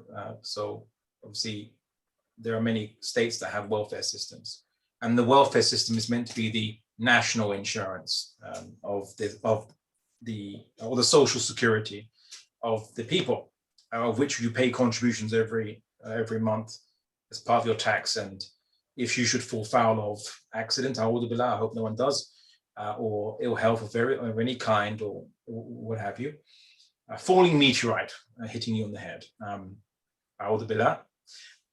then this insurance or this social security should kick in and help you. The thing is that the state obviously should be looking after the people in the first place according to need, which is Islamic principle anyway. But if you're asking now, does this make insurance contracts allowable beyond what the law requires? So, because some people say that if an insurance contract is required for you to have a car, you're not allowed to own a car unless you have insurance on it. Then some Muslims treat it as a tax. It's just a tax. I'm not going to ever take it out, but it's just a tax. And others, obviously, there are opinions. Some scholars say and I say modern scholars, of course, that insurance is fine, it's just insurance, you know, whatever. And others say it's not, because it's not, you're trading based on chance, in essence, a chance game. The game happens to be your life or health or whatever, but it's still a game of chance. The people will only pay you out money if you basically, on condition, of course, that this chance happens. But if it doesn't happen, then, you know, you give them money. So you're not trading anything in of itself. So this is there's a debate between modern day scholars. I would only, as a person who's not a jurisprudent, again, I'm going to have to give you a very unsatisfactory answer, I fear, that you'd have to, I urge you to investigate this different scholars and their opinions and their evidences, and you see and choose yourself based on what you think is most likely the case, or what the creator of the universe would approve of you doing, which you think is the strongest argument from the arguments they provide. I do always advise caution, because like is always the case especially with a civilization which is currently in a state of anarchy, also in a state of inferiority in its political, military, and economic position. It has a tendency during history, or any similar situation in the past with any other civilization, to just borrow and do whatever the dominant civilizations do, and to justify that, right? Not just us, but like also the people of Judea with the Roman occupation. There was the Greco-Roman, the Hellenized Jews who followed Hellenic culture and justified it. And of course, there was Jews who stuck firm to their own beliefs and religion and wouldn't compromise and wouldn't adopt Hellenized culture or beliefs, theology, philosophy, and law, and a bunch of that kind of stuff. And we are in a kind of same situation now, so in a similar situation. So all I would say is I urge caution when you ever investigate any modern Muslim scholars and their opinions, especially ones which are very quick to say, you know, they rubber stamp halal, halal, halal, halal, but not always to say haram, haram, haram just by default, right? It's really just approach it with caution, prudence, and sincerity, and investigate it for yourself to see what you think is the strongest argument out of the two. But unfortunately, I can't give you a fatwa, because, as I said, it's above my station, and both in authority, in obviously knowledge, capacity, and all kinds of other ways. So I can't give you that answer. I do apologize. Jazakumullah khair, Ustadh. Do you have? There's actually two more questions, if you don't mind. I would take them, but may I just point people to something before we do that? Absolutely. Sure. So there's two things I wanted to kind of show, because there's a lot of questions here, and I generally try to highlight this to people. I suppose you could say it's just pointing out some courses. I've done some courses for the Quran Institute. I kind of I have the honor and privilege of working closely with the brothers at the Quran Institute, and obviously I'm head of the department there of Occidentology, the study of the Western civilization. We talk about, I've taught classes on political philosophy, also on the proof of Islam itself, which is the Dawah Masterclass. Many of my students are here, come to challenge me as I told them to do so. And of course, I've done two prior courses, one on the different schools of thought of Western civilization, classical liberals, socialists, Marxist socialists, conservatives, social liberals, and so forth.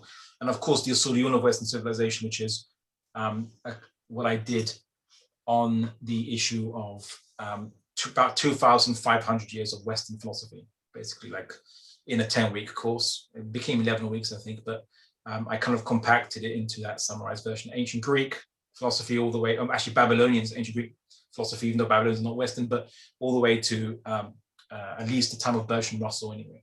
So if any of you want access to these courses, please email that info at thequran.institute to access those courses, where I go into much more detail. Today's lecture is just a summarized version, in essence, of Islamic economics, and to give it justice, you know, we would require, you know, many weeks of courses, and inshallah that's what I try to do. And I don't advocate people just relying on summarized lectures or courses, but rather to do more in-depth studies. So please email.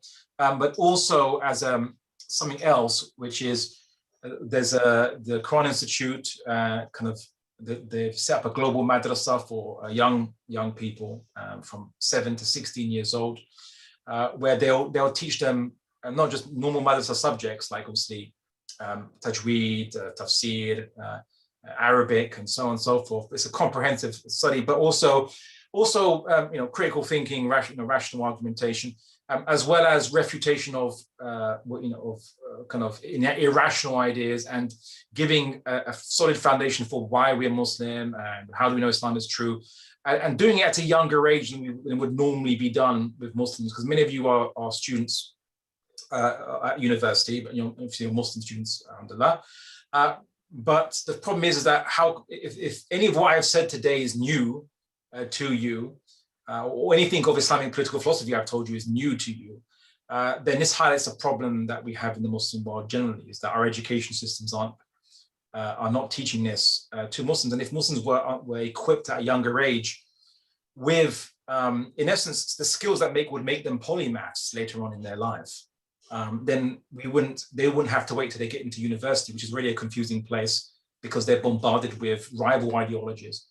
They'd be going there confidently, already knowing how to react, deal with, understand and refute rival ideologies, and know how to advocate Islam confidently and intellectually as well. So this one is available in Canada. So there's one in Australia, one for Canadians, one for there's a madrasa obviously for people in the UK. So if you know anyone who's between 7 to 16 years old, and to give them an advanced education that I think our ancestors enjoyed at such young ages, but now we don't enjoy so much. Please email them, inquire, or you can email info@thequranacademy.co.uk and enroll your well, some of you might have children, but your younger siblings or people you know that might have children or younger siblings, please do get them involved. So barakallahu feekum for that little kind of moment in time. So just to point that out, I just think that educating people when they've already reached university age, I think it is a missed opportunity, because they could have been at a much different level if they were given the education at a much younger age. And this is a problem in the Muslim world, you know, generally. So I think it's if we equip Muslims with the kind of teaching that our ancestors used to enjoy at a younger age, we'd reach the capacity that they had. And as anyone knows, the Islamic scholars of the past were polymaths. They knew science, technology of their time, mathematics, cosmology for what they could study. They knew this stuff, and they were jurisprudence in Islam at the same time. This is the kind of level we need to reacquire again, inshallah. The age range is 7 to 16.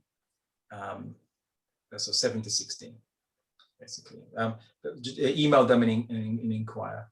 I think it depends on your area and what they can do, but yeah. So it says, Dan, you're 21. Well, if you email the other info@thequran.institute, you can access the courses for more, obviously those who are above 16 years old. Many of my students are here as well. They've gate crashed to give me a hard time. So there is something for everyone, and the institute teaches all kinds of subjects. So Occidentology, the study of the objective study of the West, not Occidentalism, or like Orientalism, but Occidentology, just like Egyptology, basically, you know, study of ancient Egypt. So Occidentology, study of the West, to equip Muslims to understand what it is about, its philosophy, its ideas, and enable to engage it from an Islamic basis. But it must be done, obviously, as I always stress.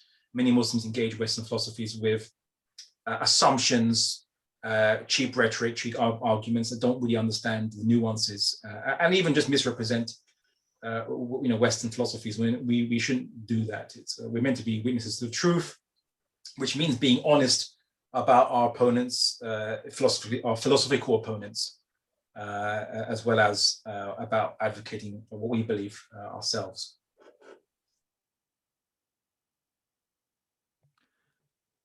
Yeah, Jazakumullah khaira. Before we get to the recommendations, Abdul Malik, you want to just ask your question, inshallah? Yes, I'll go ahead. Thank you. Assalamu alaikum. Abdullah. Wa alaikum assalam wa rahmatullahi wa barakatuh. How you doing, brother? I hope you're doing well. Jazakallah khairan for the very, very informative session. And it's quite inspiring, to be honest, because this is a field that I really plan on pursuing. Inshallah, hopefully, if Allah wills, maybe go to Malaysia or somewhere to learn it. But I just wanted to ask, like, what would you say are like the main takeaways from this session? Because mashallah, like, it was very informative, and in a way, there's a little bit that in a way discouraged me, because to know that there are no 100% Islamic banks functioning right now in the whole world, in a ummah of 1.6 billion, probably even more than that, people, right, and not have a fully Islamic bank that follows the Sharia and all that. So like, what would you say is the main takeaway here? Is it for us to keep it at the back of our heads, and hopefully potentially down the road we'll have some fully Islamic banks and institutions or financial institutions that can we can work in, or develop, or just So that's a very good question. What I would say is that if imagine you were living in a post-apocalyptic anarchic society, so it's anarchy, and there's like street gangs and things like that roaming around. There's no police, and you wanted, you were upset about, there was like loan sharks running around. Like loan sharks, people who just they lend money and then they basically ramp up the interest rate and they make people indebted to them, and they turn people into, in essence, debt slaves. And you hated this, right? And you wanted to get rid of loan sharking. What would you do? You say, well, would you say, okay, I'm gonna join one of these gangs, and I'm going to establish a bank run by one of these gangs, and I'm going to encourage these gangs to basically have a proper banking system which doesn't do loan sharking. We say, well, no, because the gang itself doesn't see any interest in doing it fairly anyway. They want to be loan sharks themselves. What you'd say is, well, we need to get some law and order here. We need to reestablish government, local government, regional government, national government, whatever, and get a police force, and then obviously outlaw loan sharking. So in essence, that's exactly the same kind of, in essence, takeaway, which is, this is actually now the 100-year anniversary of the collapse of the Ottoman Caliphate, the Caliphate of the Muslims, so like the Ottoman dynasty of the Caliphate, rather. If we as Muslims don't re-establish an imam over ourselves, implementing a system, a financial system that can make ourselves self-sufficient, and we wouldn't need to trade fiat currency for the people, of which fiat currency can be controlled, and obviously many people use interest to control, obviously, inflation inflation rates in fiat currency. If we could basically have some control of our own economic system, we could then, in essence, implement an Islamic alternative. But if we don't do this, then the Muslim countries, what they'll tell you is, it's really great, this Islamic, Sharia system. It's just a shame we can't do it because it's not practical, because the outsiders won't like us doing it, right? People from other countries won't like us doing it, or it'll hurt our trade, or what have you. When if we were a self-contained bloc, we could begin making ourselves self-sufficient, and then engage the world from a position of strength economically, and then have proper bilateral relations economically. But currently we don't have the bilateral relations. We need to form ourselves into an economic bloc, but that can't happen when you have nationalism and competing interests. Muslims don't look at the world, in the Muslim world, they don't look at the world as, okay, we're one ummah, what's the interest that benefits the entire ummah? It's like, okay, I'm a Malay, what benefits Malaysians? I'm a Bengali, what benefits Bengalis. I'm from Pakistan, what benefits Pakistanis. And of course, you can even zoom in even more, because even within countries like Pakistan, you'll have, I'm a Punjabi, what benefits Punjabis. I'm a Balochi, what benefits Balochis. And their approach to politics is what is securing the interests of their group, when their group should have been the Ummah itself.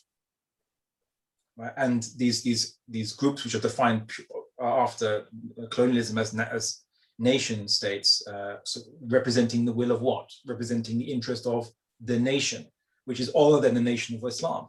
Not to be confused with the nation of Islam in North America, by the way, but the nation of the Prophet Muhammad, so his nation, right? Nation of the Ummah. So when you have Muslims who are not wanting to work together, then they're individually too weak to be brave enough to basically implement a banking system that would stand them in good stead vis-a-vis a global system which depends on interest banking, on fiat currency, on debt, and increase between like commodities and of course stocks and shares and things like that. So that's the kind of things that that's why the solution can only be in essence re-establishing a authority that will create a financial authority and regulation and management system. You can't have an economic system short of it. But what you can do is, amongst the Muslim world, you can continue, and I say amongst the Muslim world because it's Muslims that need to hear this more than anyone else. You need to advocate for the resumption of the Islamic way of life, and show them that all your economic woes, they're going to get bad or worse. We have many problems in the Muslim world. They're only going to continue with that economic system. If you're not a country that happens to have a small population and rely on natural mineral oil wealth, if you're not one of those countries, then you're going to have a lot of recurring problems. Now there are exceptions to the rule, of course. Although Turkey's having obviously current problems, as well as and Malaysia has joined a trade bloc as well to make it has made itself somewhat more successful, but not successful as Singapore, of course. But what I'm saying is that in essence, the only way we can create an economic system that is successful and just at the same time is only for the Islamic system, and that can only happen with the resumption of the Islamic way of life and the resumption of the Islamic state from the time of the Ottomans, where since the Ottomans we've had no Islamic state. So we have to resume that from the time of the Ottoman system. And the only way is for Muslims to do it. It's not a magic wall that prevents us from doing it. All it needs is Muslims to be convinced enough to do it. That's it. It just requires will. That's simply that. Just let's do it. It's as simple as that. And if you have been motivated enough by listening to this to want to do it, then all you need to do is to convince everyone to be as motivated as you. And it can happen. As I said, the governments in the Muslim world are supported by, not aliens, right? They're supported by soldiers and people from our own society. They're our own people, right? And they only obey them because they believe they are the authorities. But if you were to show them that the only basis for authority is following and implementing Islam, then they'd cease obeying them. Or probably most likely, these governments would start implementing Islam because they want to continue to be obeyed, and we get the end objective anyway. So you can't really deal with economic solutions unless you have a government system and a system and a set of laws that implement an economic system that the government obviously oversees. And so that's why the two are inextricably connected. But learn this, be an advocate for this, learn about economics, do your studies in it, and be a better advocate for the Islamic system. That's where you can use your knowledge. And of course, have your day job, but be an advocate for the Islamic system and the resumption of it. And inshallah, if we have enough people doing that, then we reach a critical mass of Muslims who are willing, who just become willing. Right? All you need to just become willing. Then we'll see that change. It will happen overnight, just like Yathrib peacefully changed into Medina when the people of Yathrib, the power brokers, were convinced by Islam, and they overnight changed completely peacefully. And even the king of Yathrib, Abdullah bin Salul or Abdullah bin Ubay, he had to pretend to be Muslim just to keep some kind of social standing, and he lost his kingdom in a way, or his kingship, and it was completely bloodless, because everyone, the power brokers just said, we support Islam, and he became Muslim just to continue having some kind of social standing, although he begrudged Islam, of course, but it just changed. So all we need to do is just change the thoughts of the people. As the Quran says, Allah does not change a state of the people until they change what is within themselves. And what's inside you? Is it your organs that you need to change? Right? Get a lung transplant? No, it's your ideas. And so if the Muslims are not acting correctly, it's because they have wrong ideas, they believe. And if you change those ideas, then they will act correctly, and they will act according to and resume the Islamic way of life. I hope that's kind of given you maybe a soupçon of an answer that perhaps illuminates the solution that we need. No, barakallah feek, Ustadh, and I totally agree. I mean, it is a big vision, right? But like, subhanAllah, even here, we tried to establish an Islamic credit union, right? And it was very difficult to convince the whole community, right, to actually jump on the boat and support us, right? They pretty much, we're comfortable with the conventional banks and the commercial trading banks and whatnot. And it was very difficult. And even at the end of the day, if we were approved to be an Islamic credit union and all that in Canada, we would still have to deal with interest banks like the central bank and other banks that will be under, right? So subhanAllah, even though after all that and after all the hard work and the naming and the branding and all that, we still wouldn't be 100% Islamic and Sharia compliant. Like, we'll be as much as we can, but we're still not fully Sharia compliant. And I guess it makes sense, because like you're still in the system, you're still playing within their rules and guidelines and whatnot. So yeah, I guess we have to establish our own state and our own government and all that. As I said, well, our own state in the Muslim world, of course. But what I would say is, obviously, where Muslims obviously are having some authority, even though Islam's not having authority there. But what I'll say is that it doesn't mean that it doesn't preclude the possibility of doing some good wherever we are. And there could be a possibility, such as you establish a waqf, a type of trust, where the rich Muslims of a community, for the sake of Allah subhanahu wa ta'ala, they donate money that can be used as a pool that can be lent to Muslims with interest-free loans for microfinancing. So financing people's ventures, encouraging entrepreneurship amongst the Muslim community. Microfinancing has actually been quite successful in many, many countries. And is actually a type of, not really microfinancing, but let's say personal financing of people who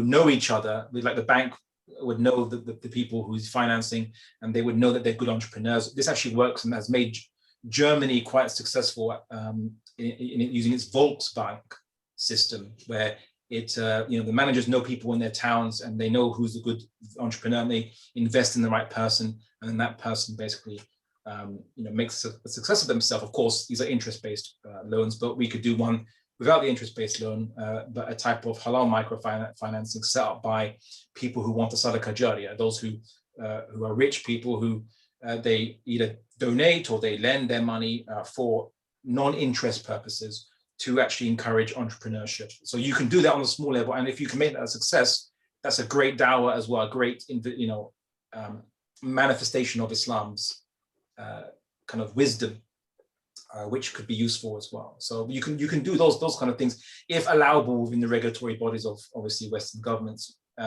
Usually when it comes to Muslim activities, Western governments seem to get over-regulatory at times. I'm not sure how Canada's like, but in England, we have a conservative government who used it's meant to be a regulatory body for charities. Right? Charities are just getting obviously donations from the public, but this regulatory body called the Charity Commission was controlled by neoconservative right-wingers, and they disproportionately, it seemed, it was reported that they seemed to disproportionately, according to some news reports, investigate Muslim charities and require or investigate them for extremism, even though extremism isn't a crime and it's not defined in law, and they don't have any authority in that, but they would use that as a type of as some kind of a pretext, but even though they don't have any authority, to just shut Muslim charities down or to disrupt their operations, even just by the investigation itself. So you have to also be aware that sometimes, I'm not saying, I don't know about Canada, but sometimes you're not in friendly territory in many Western countries. And of course, France and Austria, not really friendly territory to many Muslim charities and so on and so forth. They ban foreign funding of Muslim charities. They say, oh, you can't have foreign donors to Muslim charities in the West. And I say, why don't we ban foreign funding of NGOs funded by the West in the Muslim world? They're foreign funded. Some of them are funded by the American embassy, the local American embassy. Right? I think in Malaysia, there was this group called Sisters of Islam, should be nicknamed secularism, because they're promoting feminism, secularism, and so on. And it was, I saw evidence that they had some ties to the American embassy in Malaysia, right? So why don't we ban their foreign funding? But it seems to be obviously only related to us. Anyway, to Muslims, and now our work in the Western world, just being a community. But anyway, let's use our minds, be creative, and obviously be the best manifestations of the deen that we follow, and show the wisdom of the deen as best we can. I'll say. And so continue your studies in the economics, and I'm sure, inshallah, you'll be able to have some great creative ideas, and at the same time also continue to advocate for the real solution, which is the reassumption of the Islamic way of life in the Muslim world, by resuming an imam for us that will implement justice and implement the Islamic legal systems that will guarantee justice and our needs being met. May Allah Azza wa Jal hasten his return. Barakallahu fikum, everyone, for coming, and Ustadh Abdullah in specific. We really appreciate, when I say we, I mean UTM in specific, but I guess generally here. We really appreciate you taking the time out of your busy schedule to come and give us and present us this talk. Inshallah, when we process the recording, we'll send it to you, and you can also post it wherever you would like to post it, inshallah. For everyone else, I've sent the link a few times. I guess I'll send it again. If you do want to keep up with the recording, I've sent the UTM MSA's YouTube channel. MashaAllah, it's a huge channel. It's not really, it's very new. I think it's less than like 20 subscribers. But if you guys want to help add to that, more than welcome to. So, barakallahu feekum, everyone. There was one actually final question about book recommendations or reading material. If you want to answer that, you can. Otherwise, you guys should follow Ustadh Abdullah on his Facebook as well. Maybe he'll make a post. I'm not sure how you want to go about this. Okay, so book reading. I suppose my what you've probably seen in the background has encouraged that, no doubt. One of the things I usually try to advise, I've learned a lot. I've learned perhaps a lot more than I would have by trying to work things out myself, and just leaping into a subject area, reading the books, and then speaking to scholars and academics to obviously make sure that I've understood it correctly and things like that. But to be kind of, some Muslims will say, give me one book and I will be spoon-fed this one book, and I will just this book will be the totality of my investigation. I don't want to encourage that. That's why I've always been reticent to recommend any one particular book on any of these particular subjects. So what I will say is, jump straight into any book you can find on economics, socialist economics, Western, obviously capitalist economics, which you're probably already studying already, many of you are students, and then find books on Islamic economics. And the classical books from obviously medieval period are one of the best. There are many books written in modern times, but you investigate them, you find the books, you try to make sense of it yourself, you try to work it out yourself. You'll learn much more than someone just handing you a book, because the usual approach is, this book's been recommended, I'll just believe everything in it. The point is, you have to approach the book with skepticism to some degree. It's like, I want to understand, maybe the author's made mistakes, I need to see the bigger picture. So that's why I don't tend to recommend books, but I advocate people to go out and find the books, right? As paradoxical as that might sound, but there's a method behind my madness. Yeah, subhanAllah, that's very, very interesting actually. I think it's good. Although I'm a fan of books too, but slightly heartbroken, but slightly not. It's fine, inshallah. So I think we'll end here. Barakallahu feekum, everyone. Just quickly recite Surah Al-Asr and end the call. والعصر إن الإنسان لفي خسر إلا الذين آمنوا وعملوا الصالحات وتواصوا بالحق وتواصوا بالصبر. سبحانك اللهم وبحمدك أشهد أن لا إله إلا أنت أستغفرك وأتوب إليك. السلام عليكم ورحمة الله وبركاته, everyone. وعليكم السلام ورحمة الله.